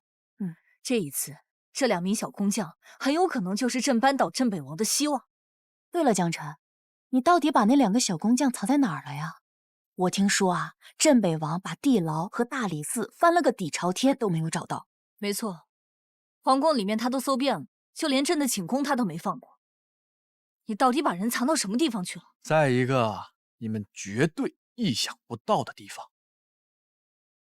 你把人藏到了云飞宫里。你怎么猜到的？废话，你又不可能把人藏到宫外，而宫里柔妃是谢远的人，肯定不能藏。朕的宫里他已经搜查过了，石思的住处更不用说。对啊，剩下安全的地方就是其他嫔妃的寝宫。除了柔妃，你与云妃相处最深，而且云妃是老相国的孙女，她的住处谢远自然不敢轻举妄动。也好，你将人藏到了云妃那里，朕多少也能安心一些。你好厉害啊，竟然能想到把人藏到云飞宫里，真厉害。十四，朕明明也想到了好吗？是，陛下，你最厉害了。走，你们都给朕走，朕想静静。啊！陛下，那我陪你静静吧。快滚！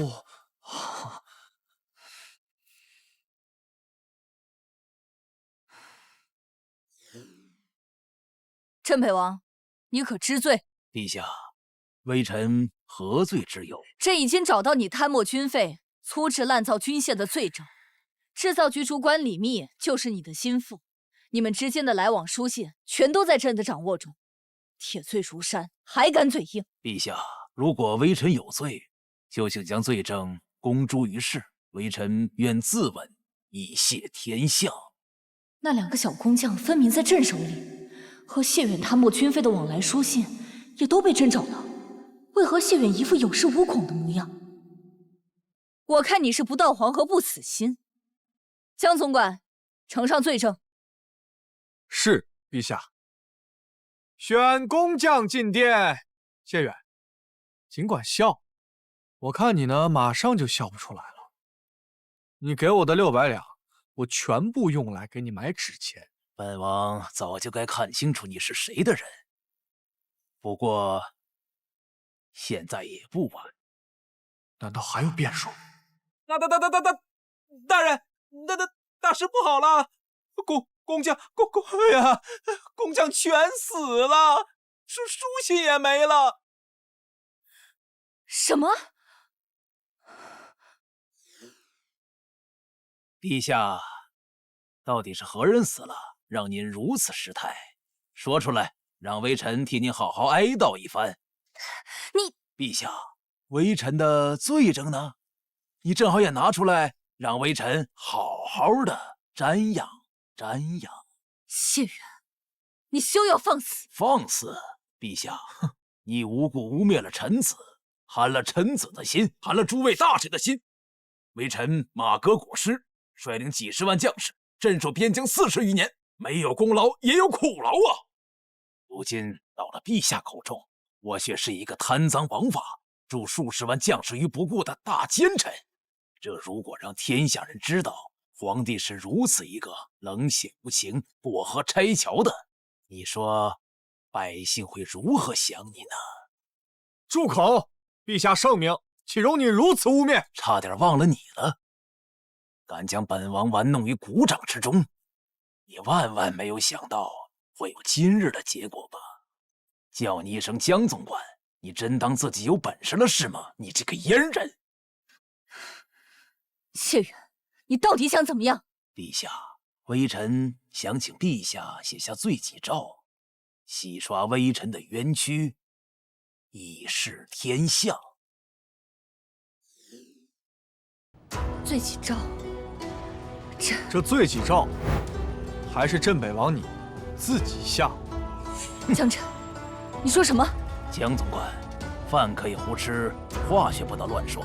这罪己诏是因为陛下污蔑了本王，为何还要本人亲自写？不错，就是你下。陛下请看，诸位大臣请看，这个就是你镇北王私通制造局军械坊主管李密的信件。这里面呢，有镇北王的私印，有你中饱私囊的罪证。江烟狗，你血口喷人！哦，我是不是血口喷人？陛下一看便知。你劫杀人证的时候，没有想到我会把人证物证分开保存吧？你收回去的那些信件是我们造的。不可能，这绝对不可能！陛下，如果我冤枉了镇北王，取我江辰的人头，如果情况属实，镇北王你该当何罪啊？欺上瞒下，糊弄君王，劫杀人证，革去谢远镇北大将军一职，革去镇北王封号，革去一切功绩功名，贬为庶民，以九族，以谢天下。不仅如此，还要记入史册，遗臭万年，永被骂名。证据确凿，来人啊，将谢远押入天牢，命大理寺彻查此案，不得有误，如有阻挠者，一律杀无赦。慢着，陛下，你不能杀我。哦，陛下堂堂大于天子，还不能杀你一个罪大恶极的奸臣，这还需要你同意啊？无妨，朕倒是想要听一听看，朕为何不能杀你？我战功无数，先帝御赐了一块免死金牌，可免死罪一次。一将功成万骨枯，一将无能累死千军。你这个镇北王的封号，你这块免死金牌，是踏着无数的忠骨得来的。你好意思说你立功无数？朕要杀你，你以为是一块免死金牌能挡得住的吗？启奏陛下，您恐怕真的杀不得他。老相国，朕不明白你的意思。陛下，您莫忘记，当初先帝御赐的免死金牌，并非只有一块。并非只有一块，那又怎样？谢远罪无可恕，为何杀不得？老臣言尽于此，请陛下圣裁。陛下，就这么放了谢远吗？要是陛下一意孤行处死谢远，那这块免死金牌不就等于一块废铁吗？那些祖上发了免死金牌的世家大族，定会哗变。那会怎么样？那样朝堂之上就没有一个人会再听陛下的旨意了。江辰，万幸你将那几封信件替换了，要不然朕今天真不知道该如何收场。要不是你，朕怕是必须下罪己诏了。你真是朕的一员福将。不过你不是把那2个人证放到云飞殿里了吗？怎么突然就死了呢？问题就出在这里，除非是我们3个，云飞、小桂子，我们当中出了奸细。我们3个不可能。云飞是老相国的孙女，老相国跟镇北王素不和睦，应该也不会是他。看来，只有可能是小桂子。就小桂子那点胆量，她应该是不敢的。你没看到她刚刚在议政殿上都被吓得魂飞魄散了？就算她不敢，也有可能是被谢远收买了。我在想，会不会是云飞泄露的消息？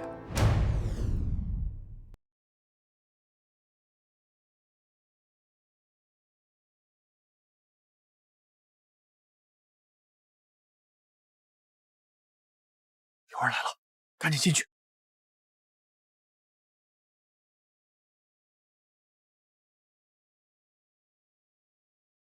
看不出这谢远平常5大3粗的，居然还收藏山水画。陛下，您终于来看望臣妾了。云儿，我在宫中后殿藏了2个人，你有没有告诉其他人？陛下要臣妾保密，臣妾从未告诉任何人。眼睛是心灵的窗户，说谎的眼神是飘忽的。可这小妮子满眼都是，1秒都不肯移开。她真是奸细吗？可这幅画又该作何解释？云儿，你告诉我，你临摹的这幅画到底是谁的？陛下，这幅画是祖父大人亲手所画的，昨日派人送入宫中。您看，这上面是没有题字和落款的，这也是祖父大人的习惯。云儿，你曾经告诉朕，老相国和镇北王政见不合。老相国虽然喜欢整赠画作，但从来没有送给过镇北王，对吗？是，陛下。祖父大人赠画之后，一般都会收回礼，家中都会一一记录下来。臣妾曾经掌管过账簿，其中并没有镇北王府的记录。老相国和镇北王政见不合，镇北王的密室中却有他的画作收藏，绝不可能。除非是老相国赠送给他，他没法拒绝，却又不能让外人知道，所以才放进了密室。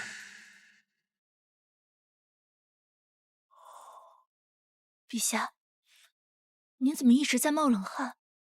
脸色这么差，是不是身体不舒服啊？来人，传太医。不必了，朕还有一些奏章没有批，今天过来就是看看你和孩子。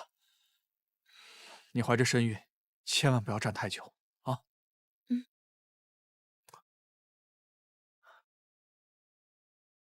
孩子呀，孩子，你的曾祖父究竟是怎样的一个人呢？事情的经过就是这样。不，这不可能！老相国怎么会和谢远勾结在一起？老相国看着朕长大，一直辅佐朕，把握朝政，庇护朕的周全。他们明明应该政见不合才对。陛下，可老相国的画作确确实实就出现在谢远的密室里，这一点说不通的。江辰，会不会有一种可能，那里面的是某位大家的作品，不是老相国的画作？陛下，我确定我没有看错，没有题字，没有落款，而且那幅山水画的线条就跟密室里的几乎一模一样。陛下，我刚刚才审完了小桂子，能用的方法都用了，就连酷刑都差点用上了，但是他什么都不知道。江辰，朕现在应该怎么办啊？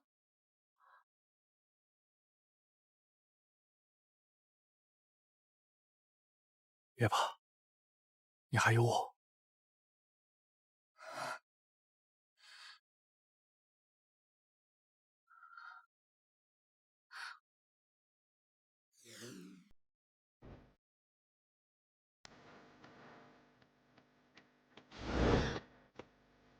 东徒子，休想趁虚而入。我只是想安慰陛下，我绝非他意。刚才的事情，休要再提。朕乃一国之君，容不得你放肆。刚才的事情，要是传出去半句流言蜚语，朕就阉了你。这么狠？那要是他泄露出去呢？朕一样阉了你。这个霸道的女人，迟早有一天，我要把你拿捏在掌心里，让我乖乖做我的小猫咪。那我就先告退了，我明天再来。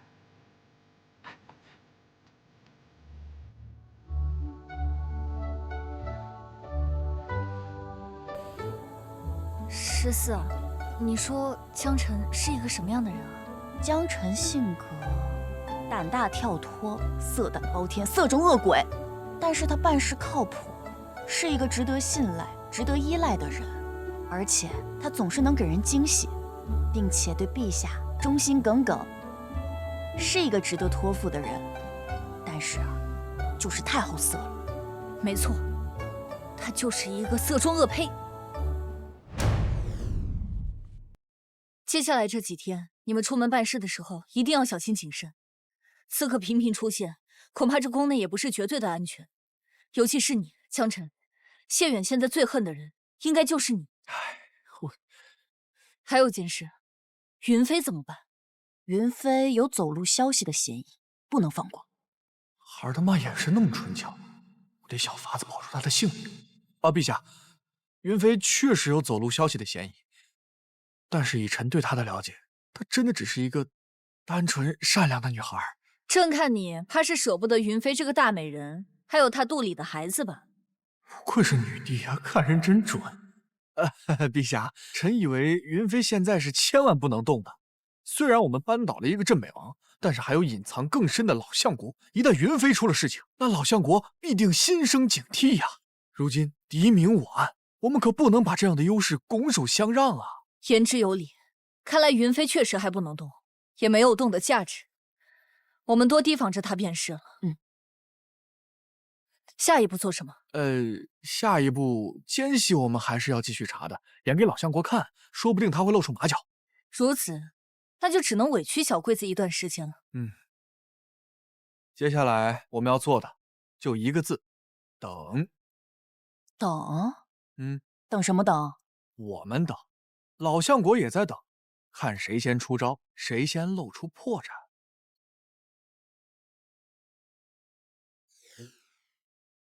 柔儿，几日不见，肚子这么大了，咱们的孩子一定很健康啊！陛下，是不是因为臣妾怀着龙嗣，没有办法侍寝？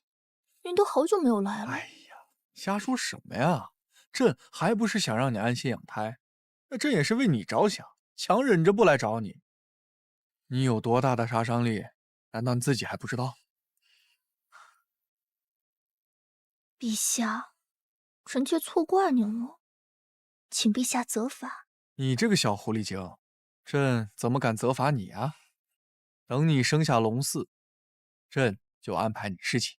哎呀，你是不知道，没有你的这夜晚呢，朕有多难熬。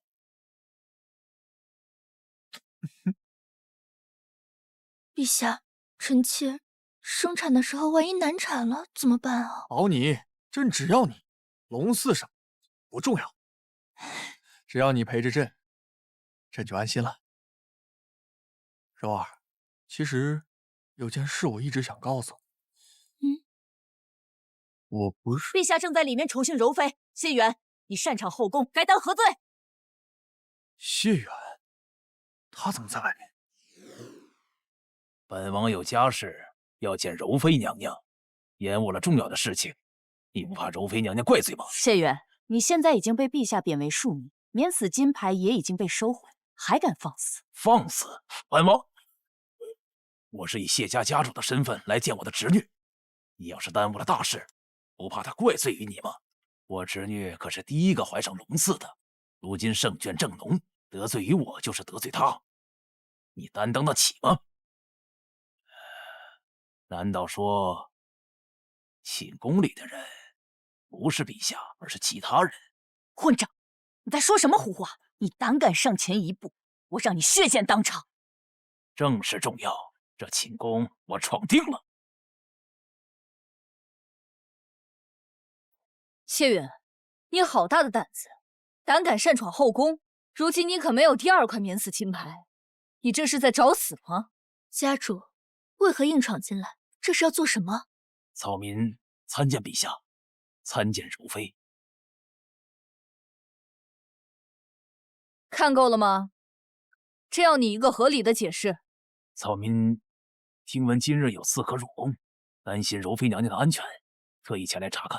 怎么宫里每次有刺客的时候，你都能第一个到这儿？你的消息可真够灵通的，看来在朕的身边安插了不少耳目。陛下您说笑了，草民岂敢在陛下的身边安插耳目？今日陛下身边怎么少了一个人？不知那江总管去往何处了？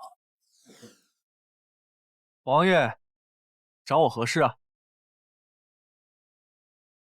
你怎么在外面？哈，本总管怎么了？在外面有什么不妥吗？王爷，哦不，你已经不是王爷了。家主，宫中又有人遇刺了吗？陛下，您可定要彻查此人啊！不用了，今日没有人行刺，惊扰了陛下跟柔妃娘娘，还请陛下恕罪。谢家主也是关心柔妃的安危，这又怎么会怪罪于你呢？只不过这擅闯后宫嘛，江总管该怎么判罪呢？擅闯后宫，这可是重罪啊！谢大人应该没有第2块免死金牌了吧？按照大禹律法，擅闯后宫者一律当……够了，谢家主，你今日辛苦了，还是早些回去吧。谢陛下。只不过这后宫不，整座皇城已经不是你谢远想来就来、想去就能去的地方了，还请谢家主莫要自误。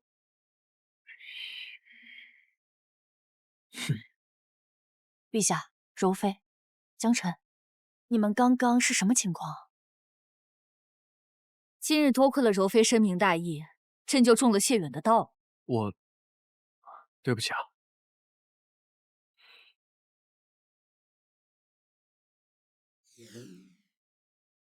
其实祭祀大典那天，我就觉得很奇怪，为何一直看不清陛下真容？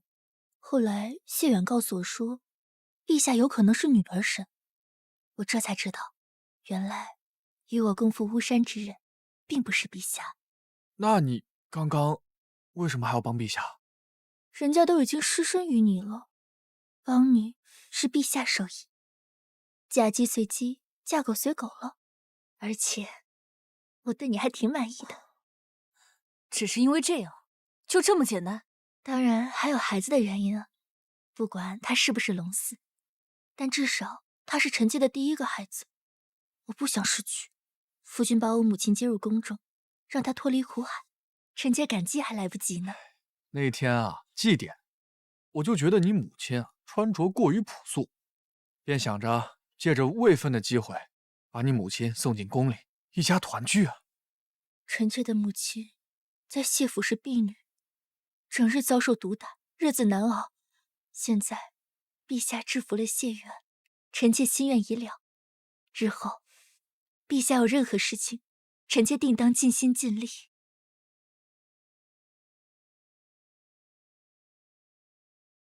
你我都是身不由己的女人，我懂你的感受。虽然暂时扳倒了谢远，可他的背后另有其人。要是他背后这个人不揪出来，那咱们都寝食难安。柔儿，你还知不知道有什么关于谢远的密事？密心之事，臣妾入宫之前有一封信件，让我带入宫中。我以为是给我的，就打开看了。我隐约记得信件中有提到北境兵器和食盐贸易，好像还有独占二字。这又是食盐又是兵器，还独占，他莫非北境搞垄断呢？垄断？就是独占的意思。你想啊，有这么一个商人，他囤积了大量的粮草，老百姓上哪儿买去？老百姓得吃饭吧，他不能挨饿吧？到那个时候，这个价位是不是得由这个商人定啊？奇货可居，待价而沽。启奏陛下，现如今北境各地盐商坐地起价，百姓苦不堪言，民生怨道。现有奏折呈上。呈上来。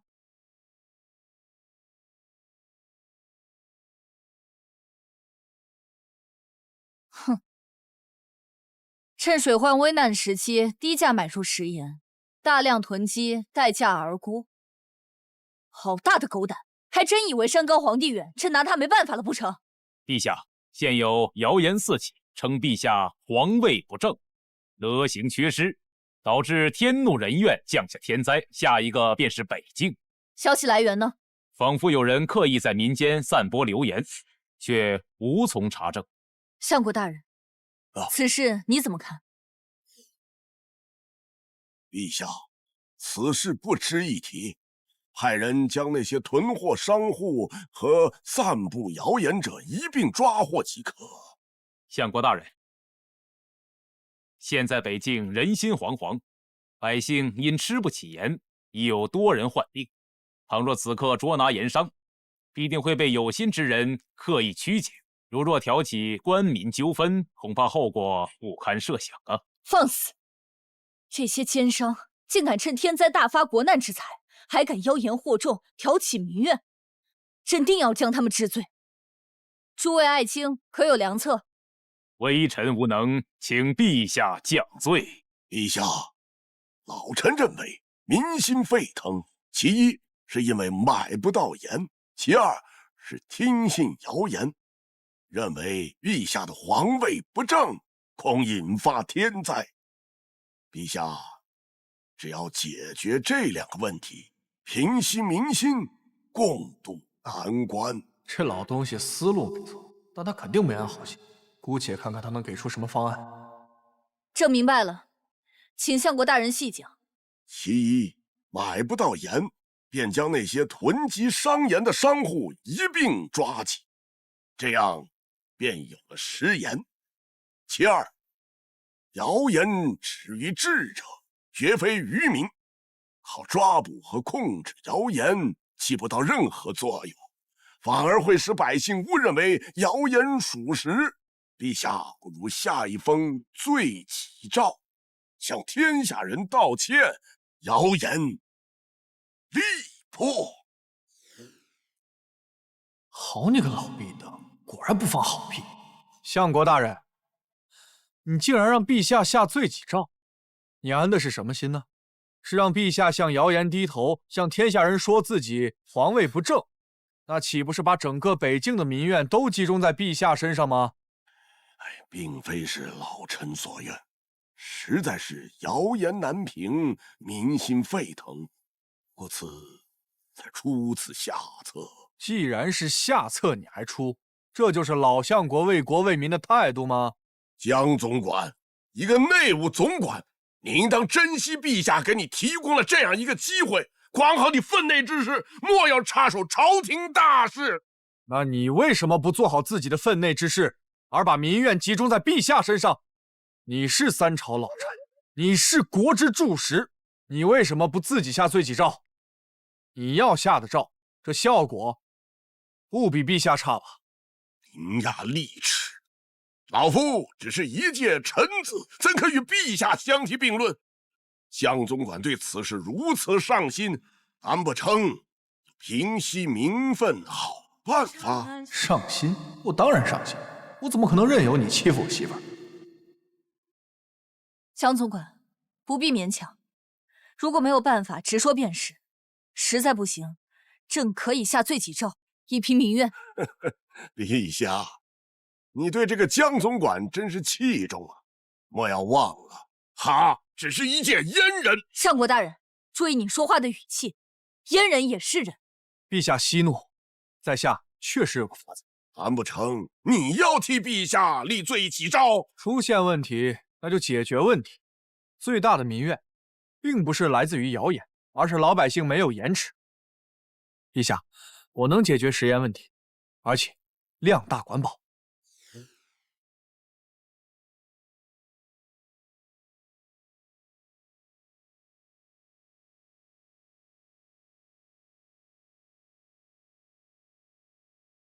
江辰，你这样真的能研制出戏言吗？看好了，最后一步了。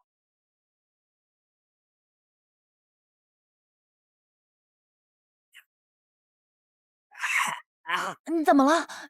中毒了吗？呸！哎呀，呸呸！哎，怎么样？贤，督办大人，你果然没有骗我啊！我真的出了戏言了，我已经可以独立制作戏言了。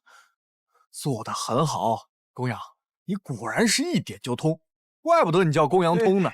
是大人的方法好，多谢大人给我这个机会。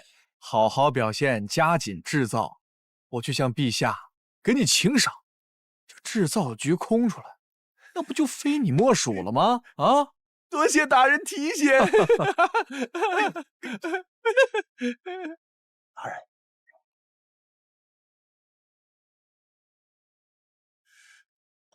此子竟真制出了戏言，既如此，就留不得他了。14，小14，我的老婆小14，今天不是应该休息了吗？算了，就当给个惊喜吧。哎呀，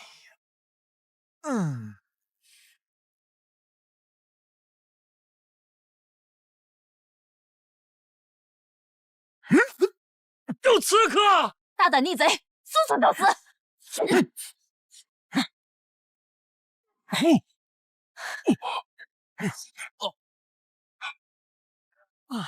江辰，你没事吧？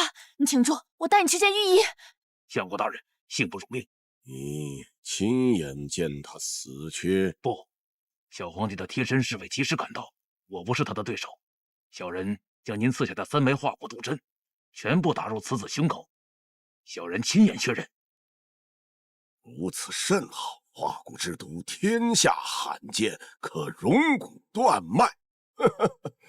此子断然没有生还的道理。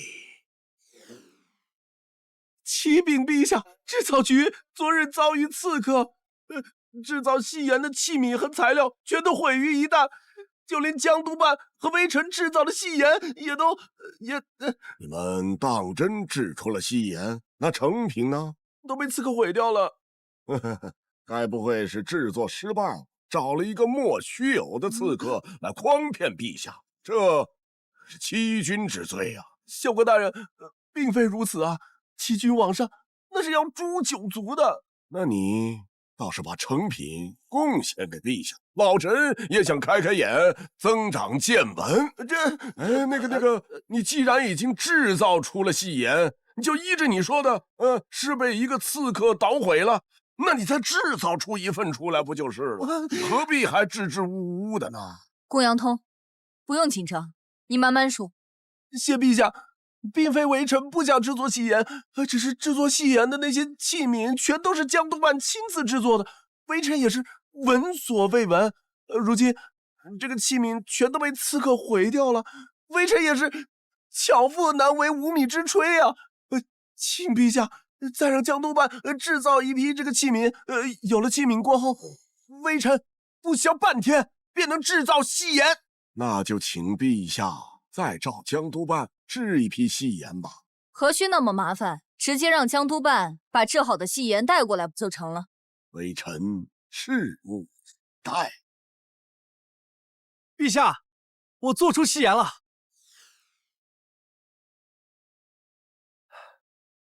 哎，相国大人，您看到我怎么这副表情？很惊讶吗？还好我提前制作了防弹衣，要不然非得被这冷壁灯阴死。江辰，你没事吧？你挺住，我带你去见御医。刚刚明明看见针穿进去了，怎么可能没事嘛？你看，这个是我新研发的金钟罩铁布衫，你一套，我一套，陛下一套，以后我们再也不怕什么刺客伤害我们了。此子竟然没死，化骨之毒天下罕见，太医院不可能有解毒之法。难道是死士被他买通欺骗了我？哈哈，江督办说笑了，我只是惊讶，你这戏言真的制作出来了？戏言在此，要不老相国一会儿尝尝？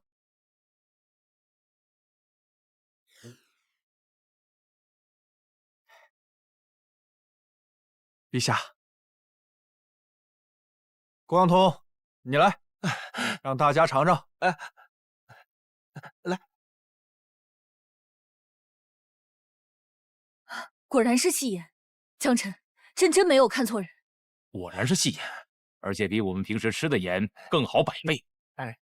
要是大禹百姓能吃到这样的好盐，必定能平复民怨。江公子，此盐产量如何？是否能供得起我大禹所有百姓？尚书大人放心，就算整个京城人人把盐当饭吃，我们的制造速度也跟得上。江大人真乃神人也，是我陛下之福，大禹之福。真是戏言，是好言啊！启禀陛下，再过几日，向我大禹进贡的满北使臣就要抵达京城，到时候也让他们北方蛮夷见识一下我们的戏言，让他们知道什么是天国上朝。江总管，朕命你设法扩大规模，批量生产戏盐，用最快的速度覆盖整个大禹。是，陛下。倘若是有人再敢对官盐下手，朕定会追查到底，诛九族，杀无赦。小阉人，我仅让你再蹦跶几天，北蛮使臣抵京之日，也是你死期来临之时。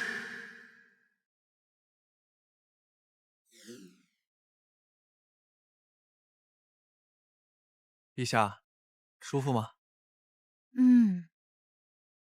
陛下，想要吗？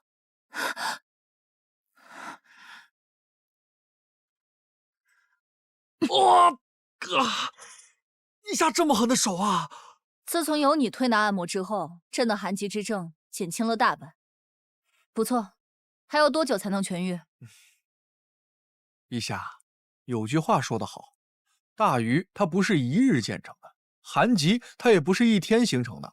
正所谓冰冻3尺，非一日之寒。按摩还需要循序渐进，欲速则不达嘛。况且微臣就在你身边，你要是想要按摩呀，随时叫我呀。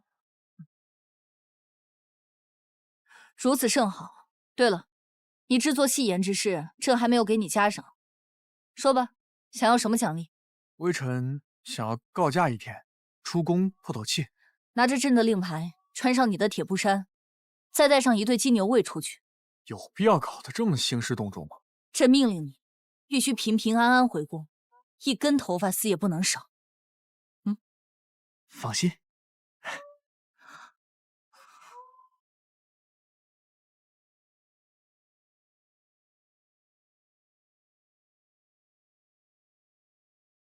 大禹哪哪都好，但跟现代完全没法比，恐怕只有青楼值得一逛。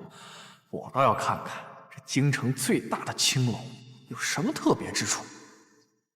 你们3个就坐这儿，不要影响我发挥。但是放开了玩，本公子请客。江总管不是那什么吗？为什么带咱们来醉仙楼？过个眼瘾不行啊！咱们哥几个嘴里都淡出鸟来了，何况江总管？嘘，小点声，先找小娘子，反正江总管买单。哎呦呦，哎呀，这不是江公子吗？好久没来我们醉仙楼了，这儿的姑娘可都盼着你呢。把你们这儿最好的姑娘都给我叫上来啊！本公子有的是钱。好嘞。哇，大鱼真漂亮啊！这里有好多漂亮衣服，香喷喷的食物，而且他们的子民出门都不用带刀。我喜欢大鱼的文化，要是草原上也能有这一切，那就太好了。唉，但这里没有一望无际的大草原，也没有成群的牛羊啊。醉仙楼找到了，是喝酒的地方。阿玉，不要乱跑！这都已经换了3波了，就没有一个能入得了我的眼。这个醉仙楼越混越差了呀！江公子啊，你以前可是最宠咱们这儿的小红、小蓝、小绿了，如今怎么都瞧不上了呀？废话，本公子每晚睡的都是14、柔妃和云妃那样的极品美女，哪还看得上千楼里的普通女子？这人呐，站得越高，眼界也越开阔。不是我说你们这儿到底还有没有美？没有的话，我不奉陪了。江总管还说什么格局打开？格局再大，没那玩意儿有什么用？喝酒都管不了你的嘴，让江总管听到了，小心吃不了兜着走。嘘，小点声。咱们醉仙楼这么多姑娘，都入不了您的眼。哦，倒还真有一位姑娘，说不定能入得了江公子的眼，就是咱们这儿的花魁。真的吗？只要做10次赢了就能看美女，喝酒还不要钱。我要参加，我要参加！江公子，我说的就是那位惊鸿姑娘，是咱们这里的花魁。您只要能对上她的诗词，得到了她的认可，您就能成为她的入幕之宾。知道了，去忙吧。啊，什么花魁，恐怕还不如眼前这个充满异域风情的小妮子。哪里来的小娘子啊？竟生得如此俊俏，不如过来陪大爷玩玩。我才不要跟你玩，我要作诗喝酒。本公子这里啊，没求广告。我才不要，我要靠自己作诗喝酒。哎，这小娘子和惊鸿姑娘我都要了，你们听好了，醉仙楼里娘们儿多，1个、2个、3、4个。惊鸿姑娘来见我，选我入幕，银子多。好事，好事，好事，好事！哎呀，就这种烂诗也硬夸呀？啊，这是诗吗？你算什么东西啊？敢评价我的诗？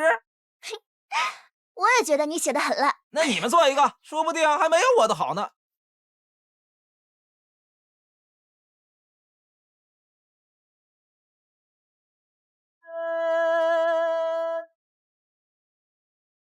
听闻有客人作诗，小女子特地前来洗耳恭听。哎，你们看，惊鸿姑娘为我露面了。如果之后的客人作诗的水平和这位公子一样，那么大家可以离开了。美女姐姐，阿玉要作诗。好的，惊鸿姑娘，算我一个。哎，还有我也要参加。你已经出局了。我的诗这么好，今日说什么惊鸿姑娘都得陪我，不然的话，我把你们醉仙楼给拆了。但是你已经出局了。不是你算什么东西啊？敢这样跟我讲话，信不信我废了你？还有你，今晚上必须陪我。公子请自重。哎，你干什么？瞧你这德行，真把自己当风流才子呢？没听见人家惊鸿姑娘说请自重，聋了听不见啊？你敢这样跟我说话，我会让你死得很难看的。来人，这位公子醉了，帮他醒酒。啊，惊鸿姑娘，我们继续。好，这位姑娘先请。10路牛羊不用牵，下来群饮碧溪泉。儿童骑马寻王谷，只在东沟西谷边。好诗，好诗，通俗易懂，言简意赅。阿玉姑娘好文采，作为一个异族女子，挺不容易的。哼，你先赢了我再说。葡萄美酒夜光杯，欲饮琵琶马上催。醉卧沙场君莫笑，古来征战几人回。还有敕勒川，阴山下，天似穹庐，笼盖四野。天苍苍，野茫茫，风吹草低见牛羊。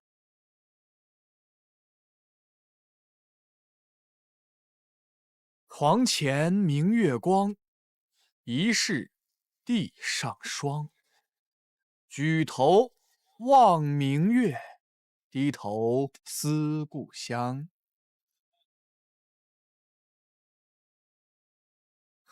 阿玉，不好意思，阿玉，我们走。我还没有认输，我会去请教我的先生，下次我一定打败你。哎，算了，我们不会再见面了。哎，那可不一定啊，我们会再见的。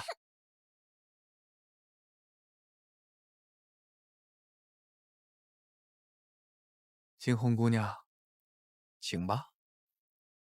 好，今晚惊鸿就是公子的人。大人，江晨一行人去了醉仙楼。他一个太监去醉仙楼干什么？属下不知，但是这个江晨似乎颇有几分文采，靠吟诗作对赢得了头牌惊鸿姑娘的芳心，现在已经进房间了。难道这个江晨是个假太监？本王试探多次，却屡屡碰壁，没想到他却自曝身份。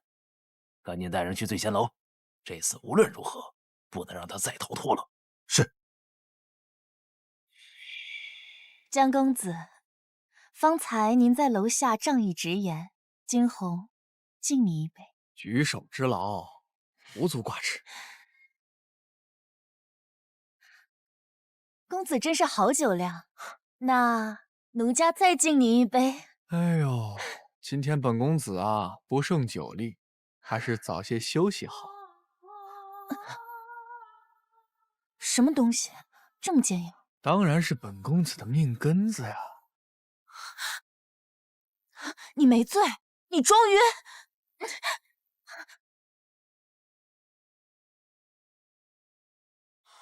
能藏这么多东西啊？你是哆啦 A 梦吗？来吧！你放开我！你到底是什么人？这话应该我问惊鸿姑娘吧？你藏这么多的暗器，看着也不像是个青楼女子呀。你到底是什么人呢？公子真是好眼色，不过知道奴家真实身份的人，已经全都不活在这个世上了。陛下，江晨在京城最大的青楼里大出风头，并且还去了花魁的房间。混账！这个色鬼投胎的混蛋，说是要出宫透气，居然偷到青楼去了。朕这后宫嫔妃，难道还不如那青楼女子吗？陛下，息怒。息什么怒？等他回来，朕要把他给阉了。是。还没睡呢。朕要是睡了，怎么会知道你江公子在醉仙楼大出风头啊？啊，哪里，都是一些小聪明罢了。江晨，你还敢去青楼啊？信不信我阉了你？哎，二位，我差点就没回来，你们就饶了我吧。这醉香楼什么歪瓜裂枣，我以后再也不去了。哼，你这种色中恶鬼，要是不阉了你，你迟早有一天会祸害良家女子。等等，不是陛下，你刚刚说什么？差点没回来。陛下不是派了金牛卫保护你吗？甭提了。贼人把那醉仙楼给围了，就是冲我来的。金牛卫的兄弟为了保护我都受了伤，现在太医院包扎呢。看你以后还敢不敢随便出宫透气？不敢了，再也不敢了。下次还敢？哎，不过陛下，这次啊，并非完全没有收获。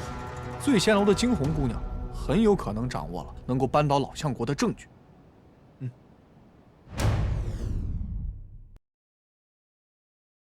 谢远，你披甲挂刀前来面圣，你是何居心？陛下，谢远并非是行刺，否则不会独自一人。披甲挂刀闯进朕的御书房，不是行刺是什么？陛下，微臣此次前来是来清君侧，以正视听。谢远，休要胡言乱语。陛下，微臣要杀了江晨这个小贼，他是个阉人，却经常留恋青楼此等烟花之处。答案就只有一个，他根本就不是个阉人。江总管，居然会有此事啊！江晨前往醉仙楼是奉了朕的旨意。朕听闻头牌惊鸿姑娘国色天香，倾国倾城，而且还是一个未曾失身的清官，于是便派江总管前去醉仙楼走了一趟，请惊鸿姑娘入宫。陛下莫要再为此子找借口，是不是阉人，我等一看便知。放肆！不到黄河心不死，不见棺材不落泪。我如果没有确凿的证据，岂敢如此行事？来人，将青楼女子惊鸿带上来。民女惊鸿见过陛下，见过江大人。惊鸿，昨夜你的入幕之宾，可是此人？正是江大人。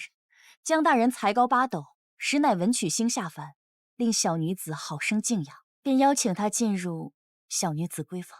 哎，哪里哪里，当今圣上才是文曲星下凡，在下自愧不如。莫要岔开话题。江晨，现在证据确凿，你还不速速跪下伏诛？那惊鸿姑娘，替我解释解释呗。好，本王就听听你还有什么可狡辩的。江大人的确进了小女子的闺房，但江大人并未与小女子欢好，而是告诉小女子，当今圣上要见我，之后便闯入贼人，仅此而已。不可能，这绝对不可能！江大人有惊世才能，小女子也是想服侍江大人的，可江大人却告诉小女子，他是个太监。小女子句句属实，还望陛下明察。谢远，现在还有什么好说的？你挂刀闯入御书房，该当何罪啊？这大逆不道，意图行刺陛下，形同谋逆。金牛卫，把他打入大牢，择日问斩。恕死而敢！活下去，严加看管。哼！哼！启禀陛下，北蛮使臣已抵达皇宫，是否召见？来得好，今日下午让他们去议政殿恭候。阿玉姑娘，没想到这么快就要见面了。十路牛羊不用牵，下来群饮碧溪泉。儿童骑马寻王谷，只在东沟西谷阴。敕勒川，阴山下，天似穹庐，笼盖四野。这什么情况？北蛮使臣不肯纳贡，扬言要在大虞人士最擅长的诗词领域击败大虞。他们要是输了，愿意双倍纳贡；但倘若他们赢了，今后都将不再纳贡，而且不再向大虞俯首称臣。蜀国本来就应该纳贡，这不是靠拳头比出来的。做诗词是个什么意思啊？你以为陛下不知道？你别忘了，现在那些将士手中都是军械房里的破铁，上战场不是让他们去送死吗？我忘了这茬了。那现在战况如何了？现在已经输2轮了，再输1轮就彻底完了。2个状元都输了，现在没有人敢上场。如果谁再输了，就会被钉在文人界的耻辱柱上。还有谁？哼！堂堂大虞，天朝上国，你作诗竟然比不过我们蛮人！哎，大禹固步自封已久，无论是从诗词还是军事，恐怕早就不如我北蛮国了吧？蛮夷之辈，安敢欺我？难道我大禹无人了吗？老相国，听闻您对诗词颇有研究，能否战胜这个小丫头？陛下，老臣年岁已大，未免有欺压幼小之嫌，恕臣不能应战。如果没有人的话，那我们北蛮以后可就不纳贡了。我看这大禹果真无人，竟无一人敢应战。谁说我大禹没有人了？谁说我大禹没有人呢？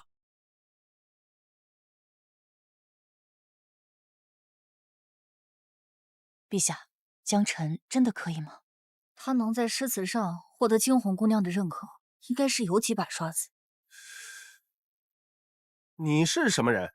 这是我们大内总管江晨，江大人。兄台，劳烦让一下啊！大内总管，一个太监，谁跟你是兄台？没看到我正在忙正事吗？滚远点！放肆！听到没有？陛下说你放肆，臭阉人，赶紧滚！你又不是他的对手，你不已经输了吗？你算哪根葱，敢对我指手画脚？你知道我是谁吗？我乃当科状元。当科状元又如何呀？输了就是输了。他是我的手下败将，我凭什么不能对你指手画脚？此女的诗词水平，连我这个大于青年翘楚的甘拜下风。就你一个小太监，凭什么赢她？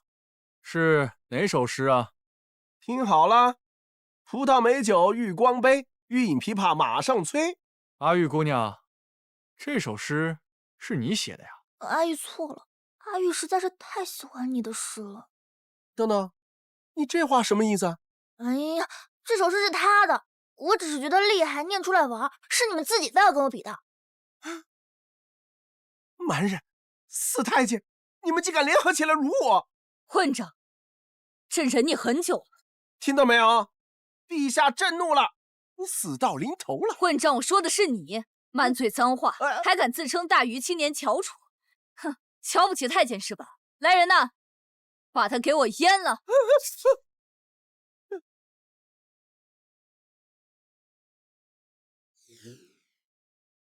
阿玉，那首诗是那个男人的？是的，先生，我只是想要炫耀，没想跟他们比的。向大禹皇帝道歉。我们北蛮有自己的诗人，赢也要堂堂正正的赢。对不起，我错了，我刚才用的是他写的诗，我不是他的对手，甘愿认输。你的诗写得很美，也很厉害。阿玉不是对手，我是北蛮的诗人，我跟你比。好，刚说我大禹固步自封，我会让你输的心服口服。请。好，江总管，此战若胜，你要什么，朕就给你什么。陛下，此话当真啊？一首诗一首诗比太慢了，我会接下来一直作诗。如果你有把握胜过我，可以随时只来一来酒来。君不见黄河之水天上来，奔流到海浮复。关关雎鸠，在河之洲。窈窕淑女，君子好逑。腾蛇乘雾，一顾倾人城，一顾倾人国。回眸一笑百媚生，六宫粉黛无颜色。十步杀一人，千里不留情。知了拂衣去，深藏功与名。无不服？江辰，你今日不仅为我大禹扳回一城，还创造出了前无古人后无来者，连创百诗的战绩。我替陛下问你一句，你想要什么赏赐？赏赐？陛下，不都已经把赏赐给我了吗？今夜，为夫要你们一起侍寝。邓秃子，你还真是不知羞耻！不愧是我最喜欢的男人。惊鸿姑娘，你可别忘了，你还差我一夜春宵呢。可惜臣妾怀有身孕，没法侍寝。谁说侍寝就一定要做那事儿？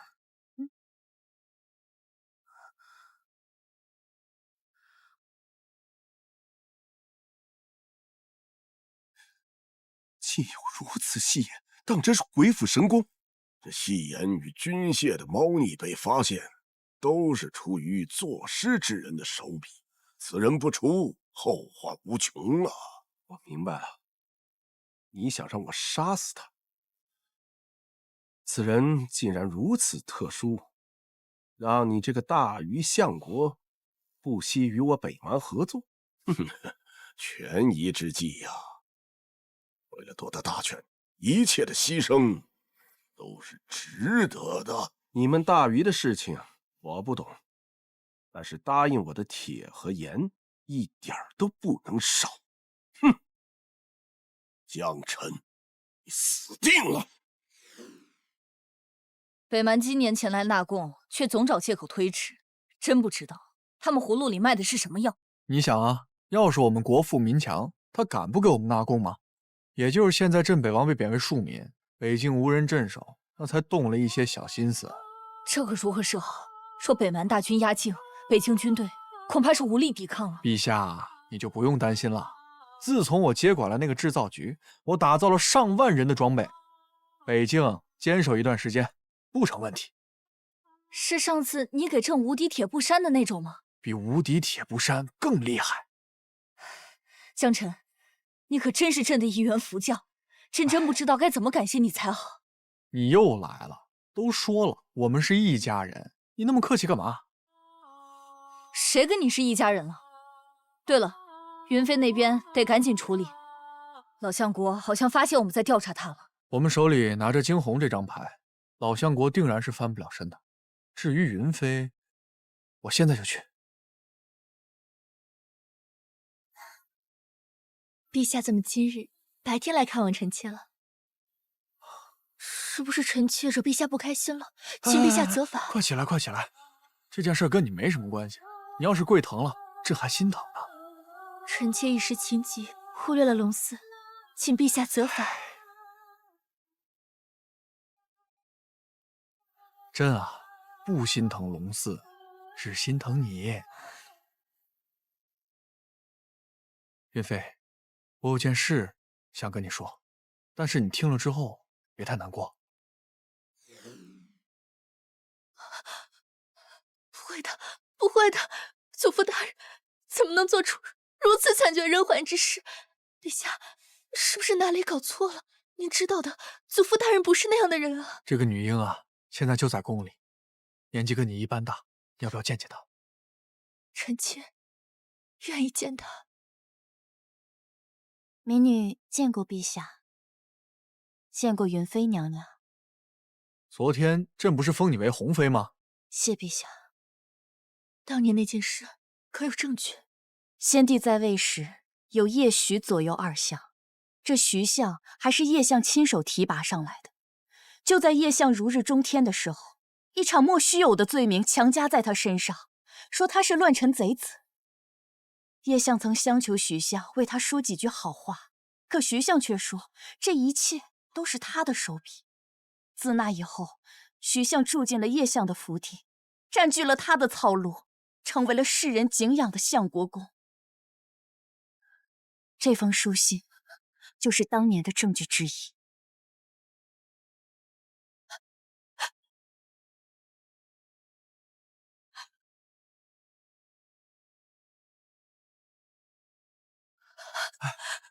是祖父大人的字迹。那草庐当中，说不定还有我祖父叶相的尸首。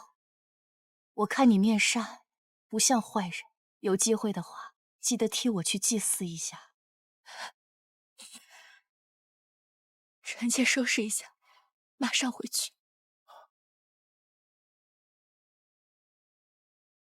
好了。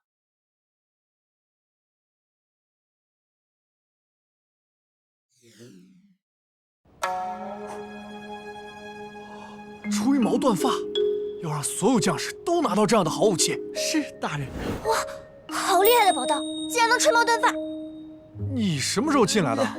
这你别管，这样的好刀肯定很贵吧？100两黄金卖我一把。其实这个刀，黄金是吧？你认真的？我最多出到200两黄金，再多真没有了。成交。江大人，一柄刀的成本才5两银子不到，你是不是太狠了？闭嘴，少不了你的好处。而且他是蛮子，人傻钱多。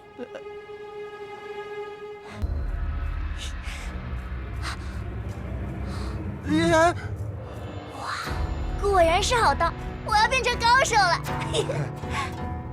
我们有专门试刀的地方，别在这儿乱挥。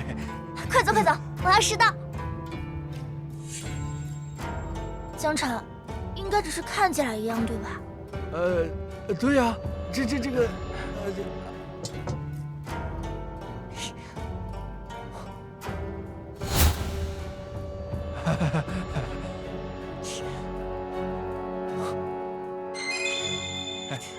我也没有骗你吧？那100把刀中，肯定有那么2把不能吹毛断发的吧？大骗子！阿玉，记得你的黄金啊！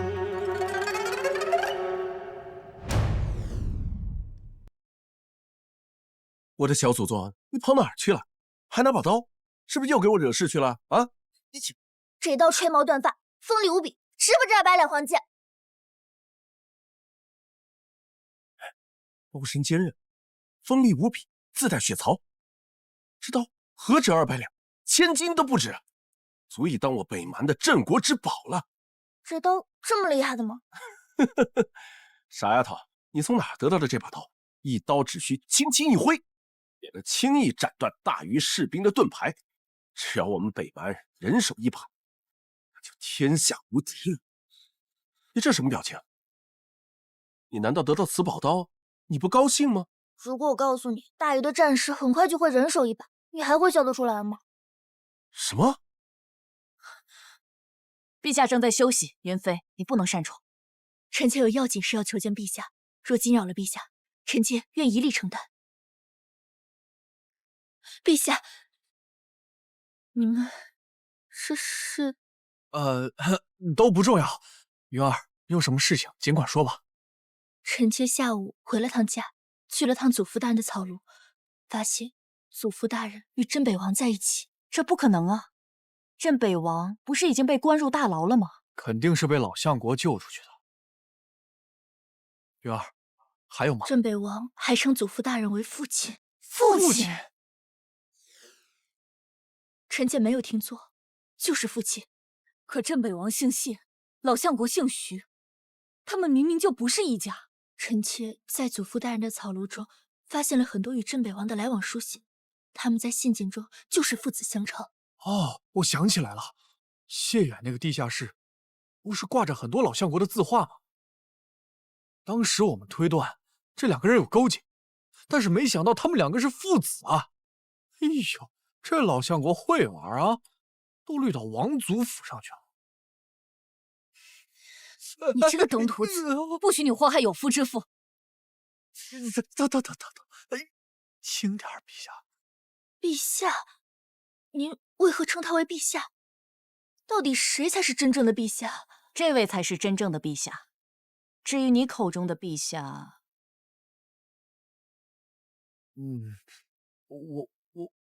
我是陛下的夫君，某种程度上来说，我也是陛下。什么跟什么呀？陛下的夫君是什么意思啊？我是你的夫君，也是陛下未来的夫君。陛下是一个女子，这下你听懂了吧？登徒子，朕还没答应你呢。还说祖父大人会玩，陛下才是真的会玩。元儿，此去北境之行，一定要行迹隐蔽，不可大张旗鼓，让皇帝小儿发现。为父盼着你有一天率领大军夺得大权的一天。父皇保重。儿臣只恨没能亲手宰了那个狗阉人。无妨，明年的今天就是他的忌日。父皇是有什么安排吗？戏言、军械、诗词，你觉得北蛮人能容得下他吗？为何容不下？我们已经决定终止与阁下的合作，转而和江臣大人合作。北蛮使臣，你为何终止合作？难道希望我大禹永镇北蛮吗？大禹的相国啊，你根本不知道我们北蛮想要的是什么，也不知道我们害怕的是什么，这才是我们无法合作的真正原因。和一个阉人合作，真是不知羞耻。那被阉人打败的你，有什么资格说这种话？用你们大禹的话来说，2个井底之蛙，根本不知道自己面对的是什么对手。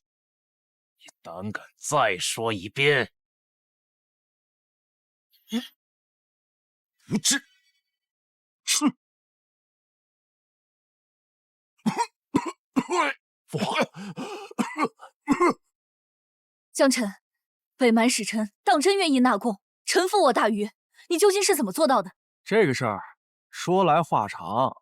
北蛮那个小姑娘跑到我们制造局的军械坊，我打造了一口好刀，卖给了她一把。看你这表情，肯定是没少赚吧？不多，这个数20两。不会是200两吧？这成本还不足5两银子，你居然卖他200两，心可真够黑的。是200两黄金。200两，还是黄金？就这样，那小妮子还怕我不卖给她的？我跟她说呀，我们大鱼的将士人手一把这样的好刀。她看到了这个钢刀堆成了小山，你眼珠子都快掉下来了。后来那北蛮的使臣就屁颠屁颠过来找我，说是要和我们大鱼永世修好，臣服于我们大鱼。那我就简单和他们做了一个通商条件喽，用我们的日用品盐换他们的牛羊，再换他们的矿，怎么样？可以吧？好，若是能和北蛮建立通商，北蛮迟早会纳入我大鱼的领土。陛下，大事不好了！惊鸿姑娘被当成刺客抓起来了。启禀陛下，老夫今夜抓到了一位刺客，没想到竟然是后宫嫔妃，希望陛下给老臣一个满意的答复。民女一人做事一人当，此事与陛下无关。这傻丫头，一个没看住就去做傻事，也罢，也差不多到摊牌的时候了。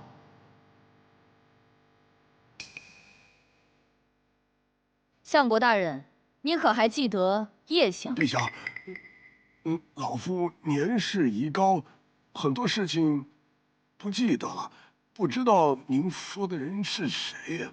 不记得，我来帮你回忆一下。我那被你害死的祖父，一路提拔你的老师叶相。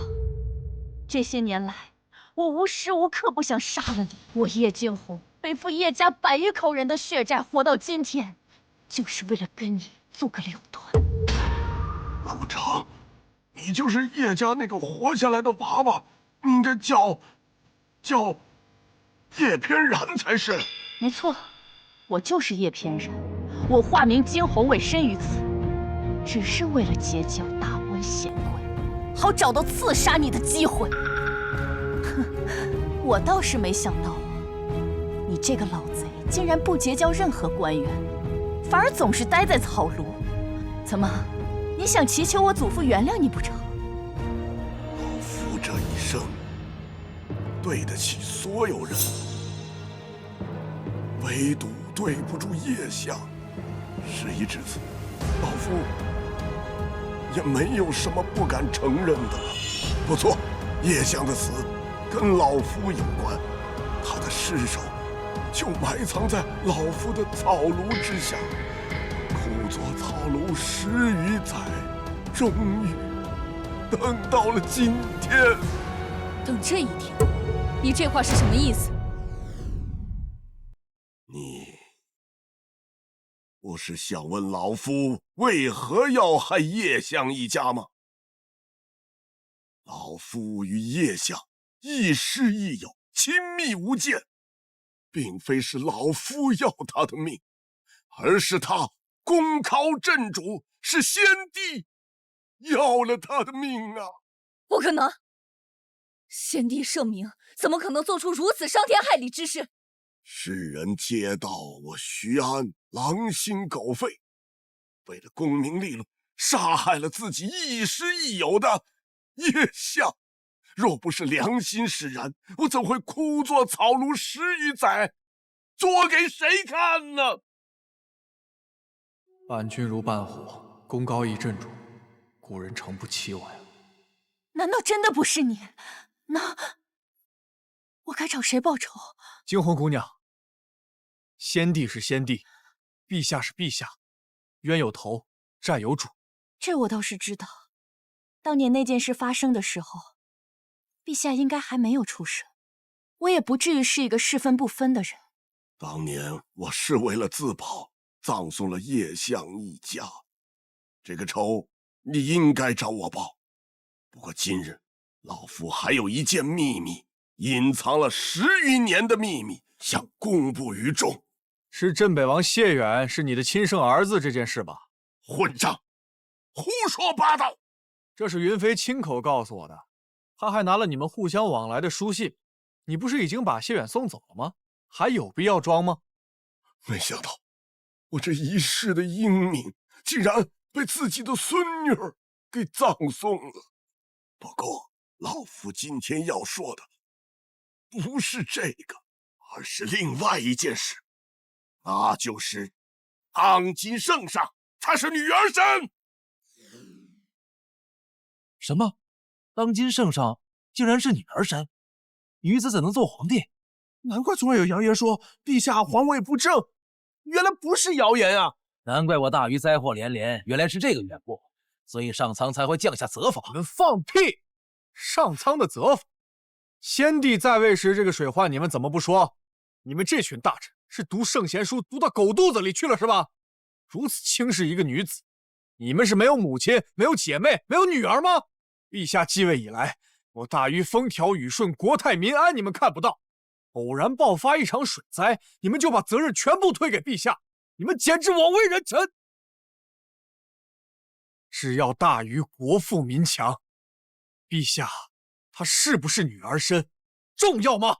倘若有2个皇帝让你们来选，一个是荒淫无度的昏君，一个是兢兢业业保护百姓的女帝，你们难道还要选昏君不成？江辰，还好有你在。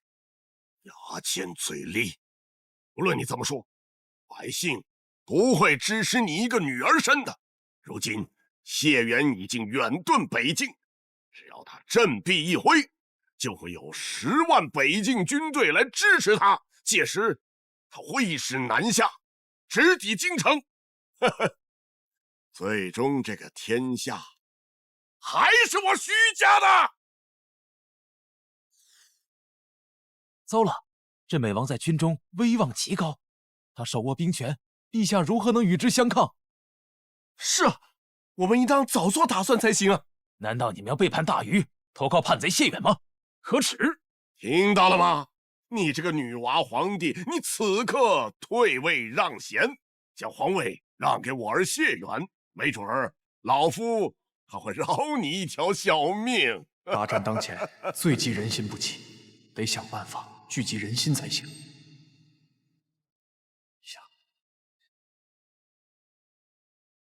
诸位爱卿，你们的想法朕都听到了。有人观望，有人投敌，有人反抗。若想投入谢远麾下的，现在可自行离去，朕只当没有这个臣子。但日后你们可莫要后悔。选择支持朕或者观望的人，必然会得到朕重用。但倘若再生二心，朕可不会给你们第2次机会。哎呀，所有尘封已久的秘密，我都说出来了，人也轻松了许多。活了这么久，老夫也够本儿了。叶家的娃娃，来送老夫一程。江辰，我该怎么办？送老相国回府中草庐好生待着。庶子，你要做什么？杀人不如诛心，想现在死可没那么。好好在草庐里待着吧。对，我相信我的祖父也乐意看见你一点一点的慢慢的死去。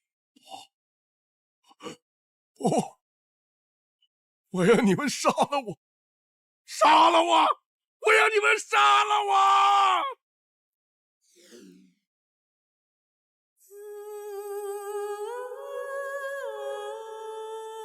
在朕眼中，父皇一直都是英明神武、勤政爱民，怎么会是这样的昏君？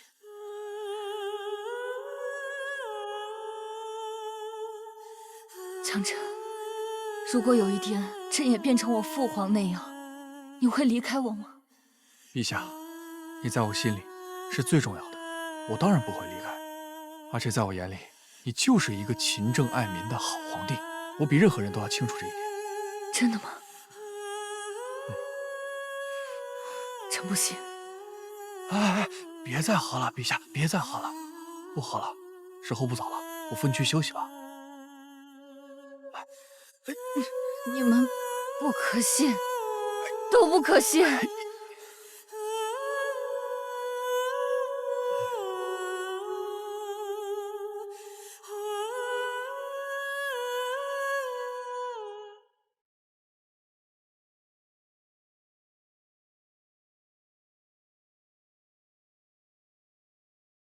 月儿，宝相国曾经是你最信赖、最信任的人，但现在这个人是我。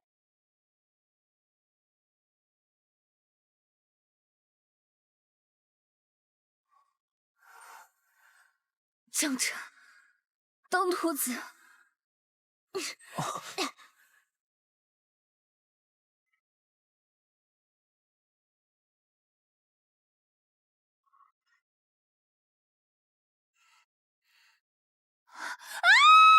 当徒子，你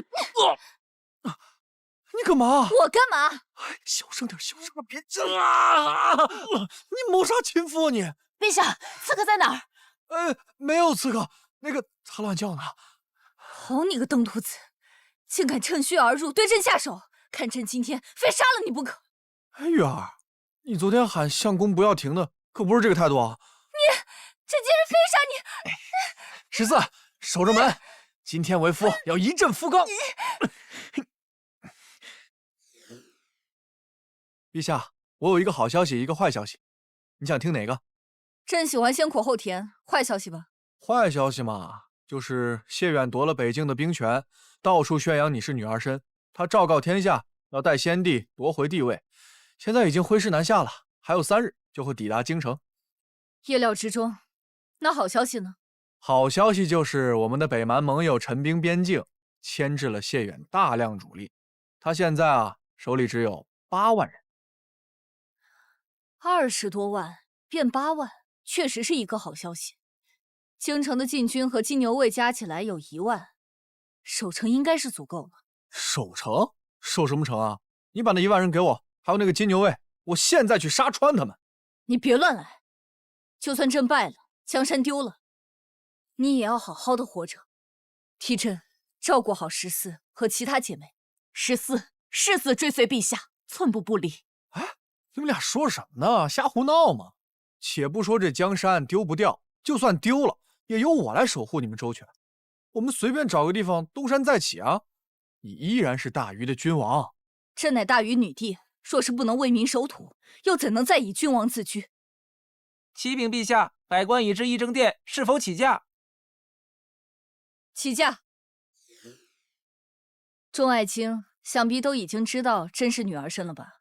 朕虽为女儿身，但却自幼被先帝以男儿的方式锤炼打磨，16年，足以让一个无忧无虑的女子成为一代冷血的王侯。朕在位期间，政通人和，风调雨顺，北蛮臣服，偶遇天灾人祸，也都很快平息。朕承诺，我大禹未来只会更加强盛。在座的诸位，都是我大禹的肱骨，我大禹的国之柱石。陛下刚才说北蛮臣服，可微臣听到消息，北蛮陈兵边境，意欲进攻我大禹呢。这是为了帮助我们大禹牵制住北境数十万将士。现在谢远能调动的部队只有8万人马。陛下如何保证北蛮不会突然改变主意，大肆进攻边境？我能保证他们不会改变主意。北蛮使臣不是已经走了？你如何代表北蛮使臣做决定啊？我是北蛮公主，北蛮王是我爹，我的话他一定会听。阿月，你这样不是暴露自己，增加自己的危险吗？我还不是为了帮你啊！不许凶我。好，即便如此，谢远依旧有8万大军，京城满打满算只有不到1万兵卒，如何与之抗衡？诸位大臣可还记得军械坊贪污军费的案子？自然记得，这和谢远大军压境有何关联？那你应该知道，北境士兵用的都是什么破铜烂铁。公羊通，呈上来。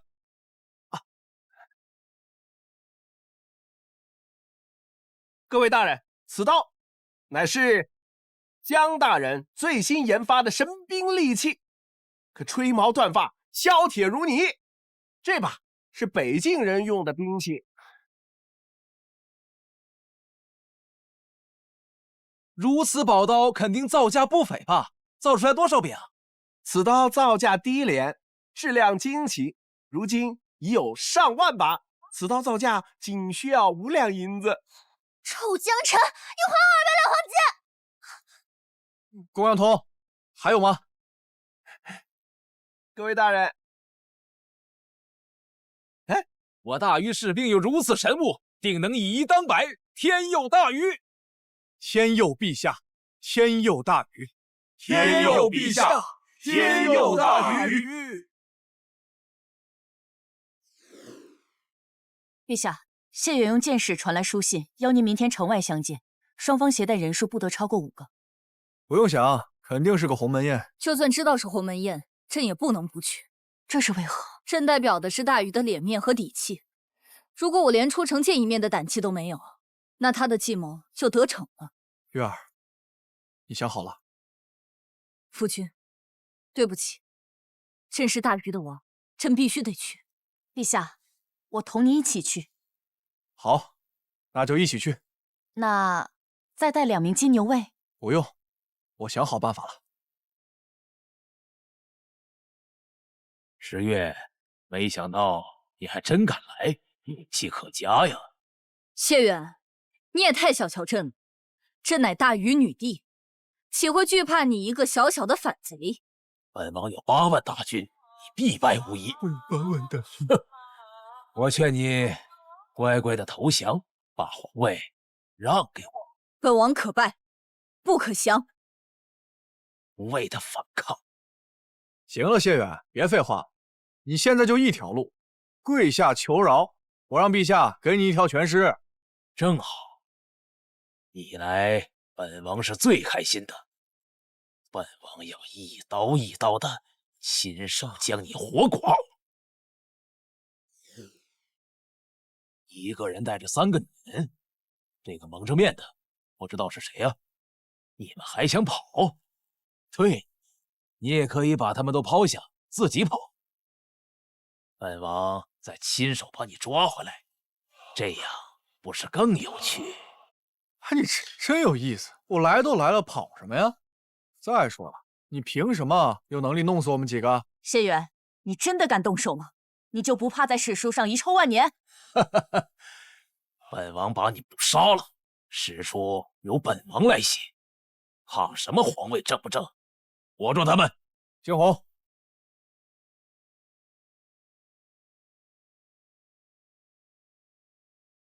老相国在朝堂上处处与我针锋相对，总是坏我好事，没想到会有今天吧？落在了我的手里，千刀万剐。你觉得这个死法怎么样啊？老相国，他说他要把你千刀万剐。谢远，朕早就已经知道你们的父子关系了，不然你以为朕为何特意将他带过来？知道又怎么样？你以为威胁到本王吗？元儿，为父只能帮你到这儿了。想死那么容易？父亲，为了孩儿的无上荣耀，只好委屈您了。反正这世上没几人知道您是我的亲爹。给我杀！爹爹，这是什么呀？这个呀是火枪，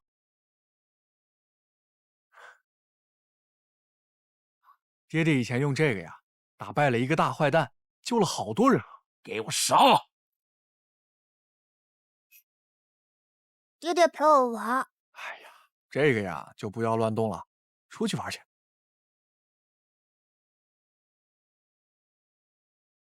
哼，臭爹爹不陪我玩，我去告我娘去。动不动就告你娘，你娘才不搭理你呢。爹爹还有事情要忙，你去外面玩会儿啊，去吧。哎呀，总算是糊弄走了。我算是知道夫君为什么只保大不保小了。哦，我的孩子马上就会走路了，以后怕是日子不好过了。你们可真是站着说话不腰疼，我们都还没怀上呢。各位姐姐，还是多体谅体谅夫君吧，毕竟不胜腰力呀。回头我就去封信给爹爹，让他把虎王鞭从北京寄过来。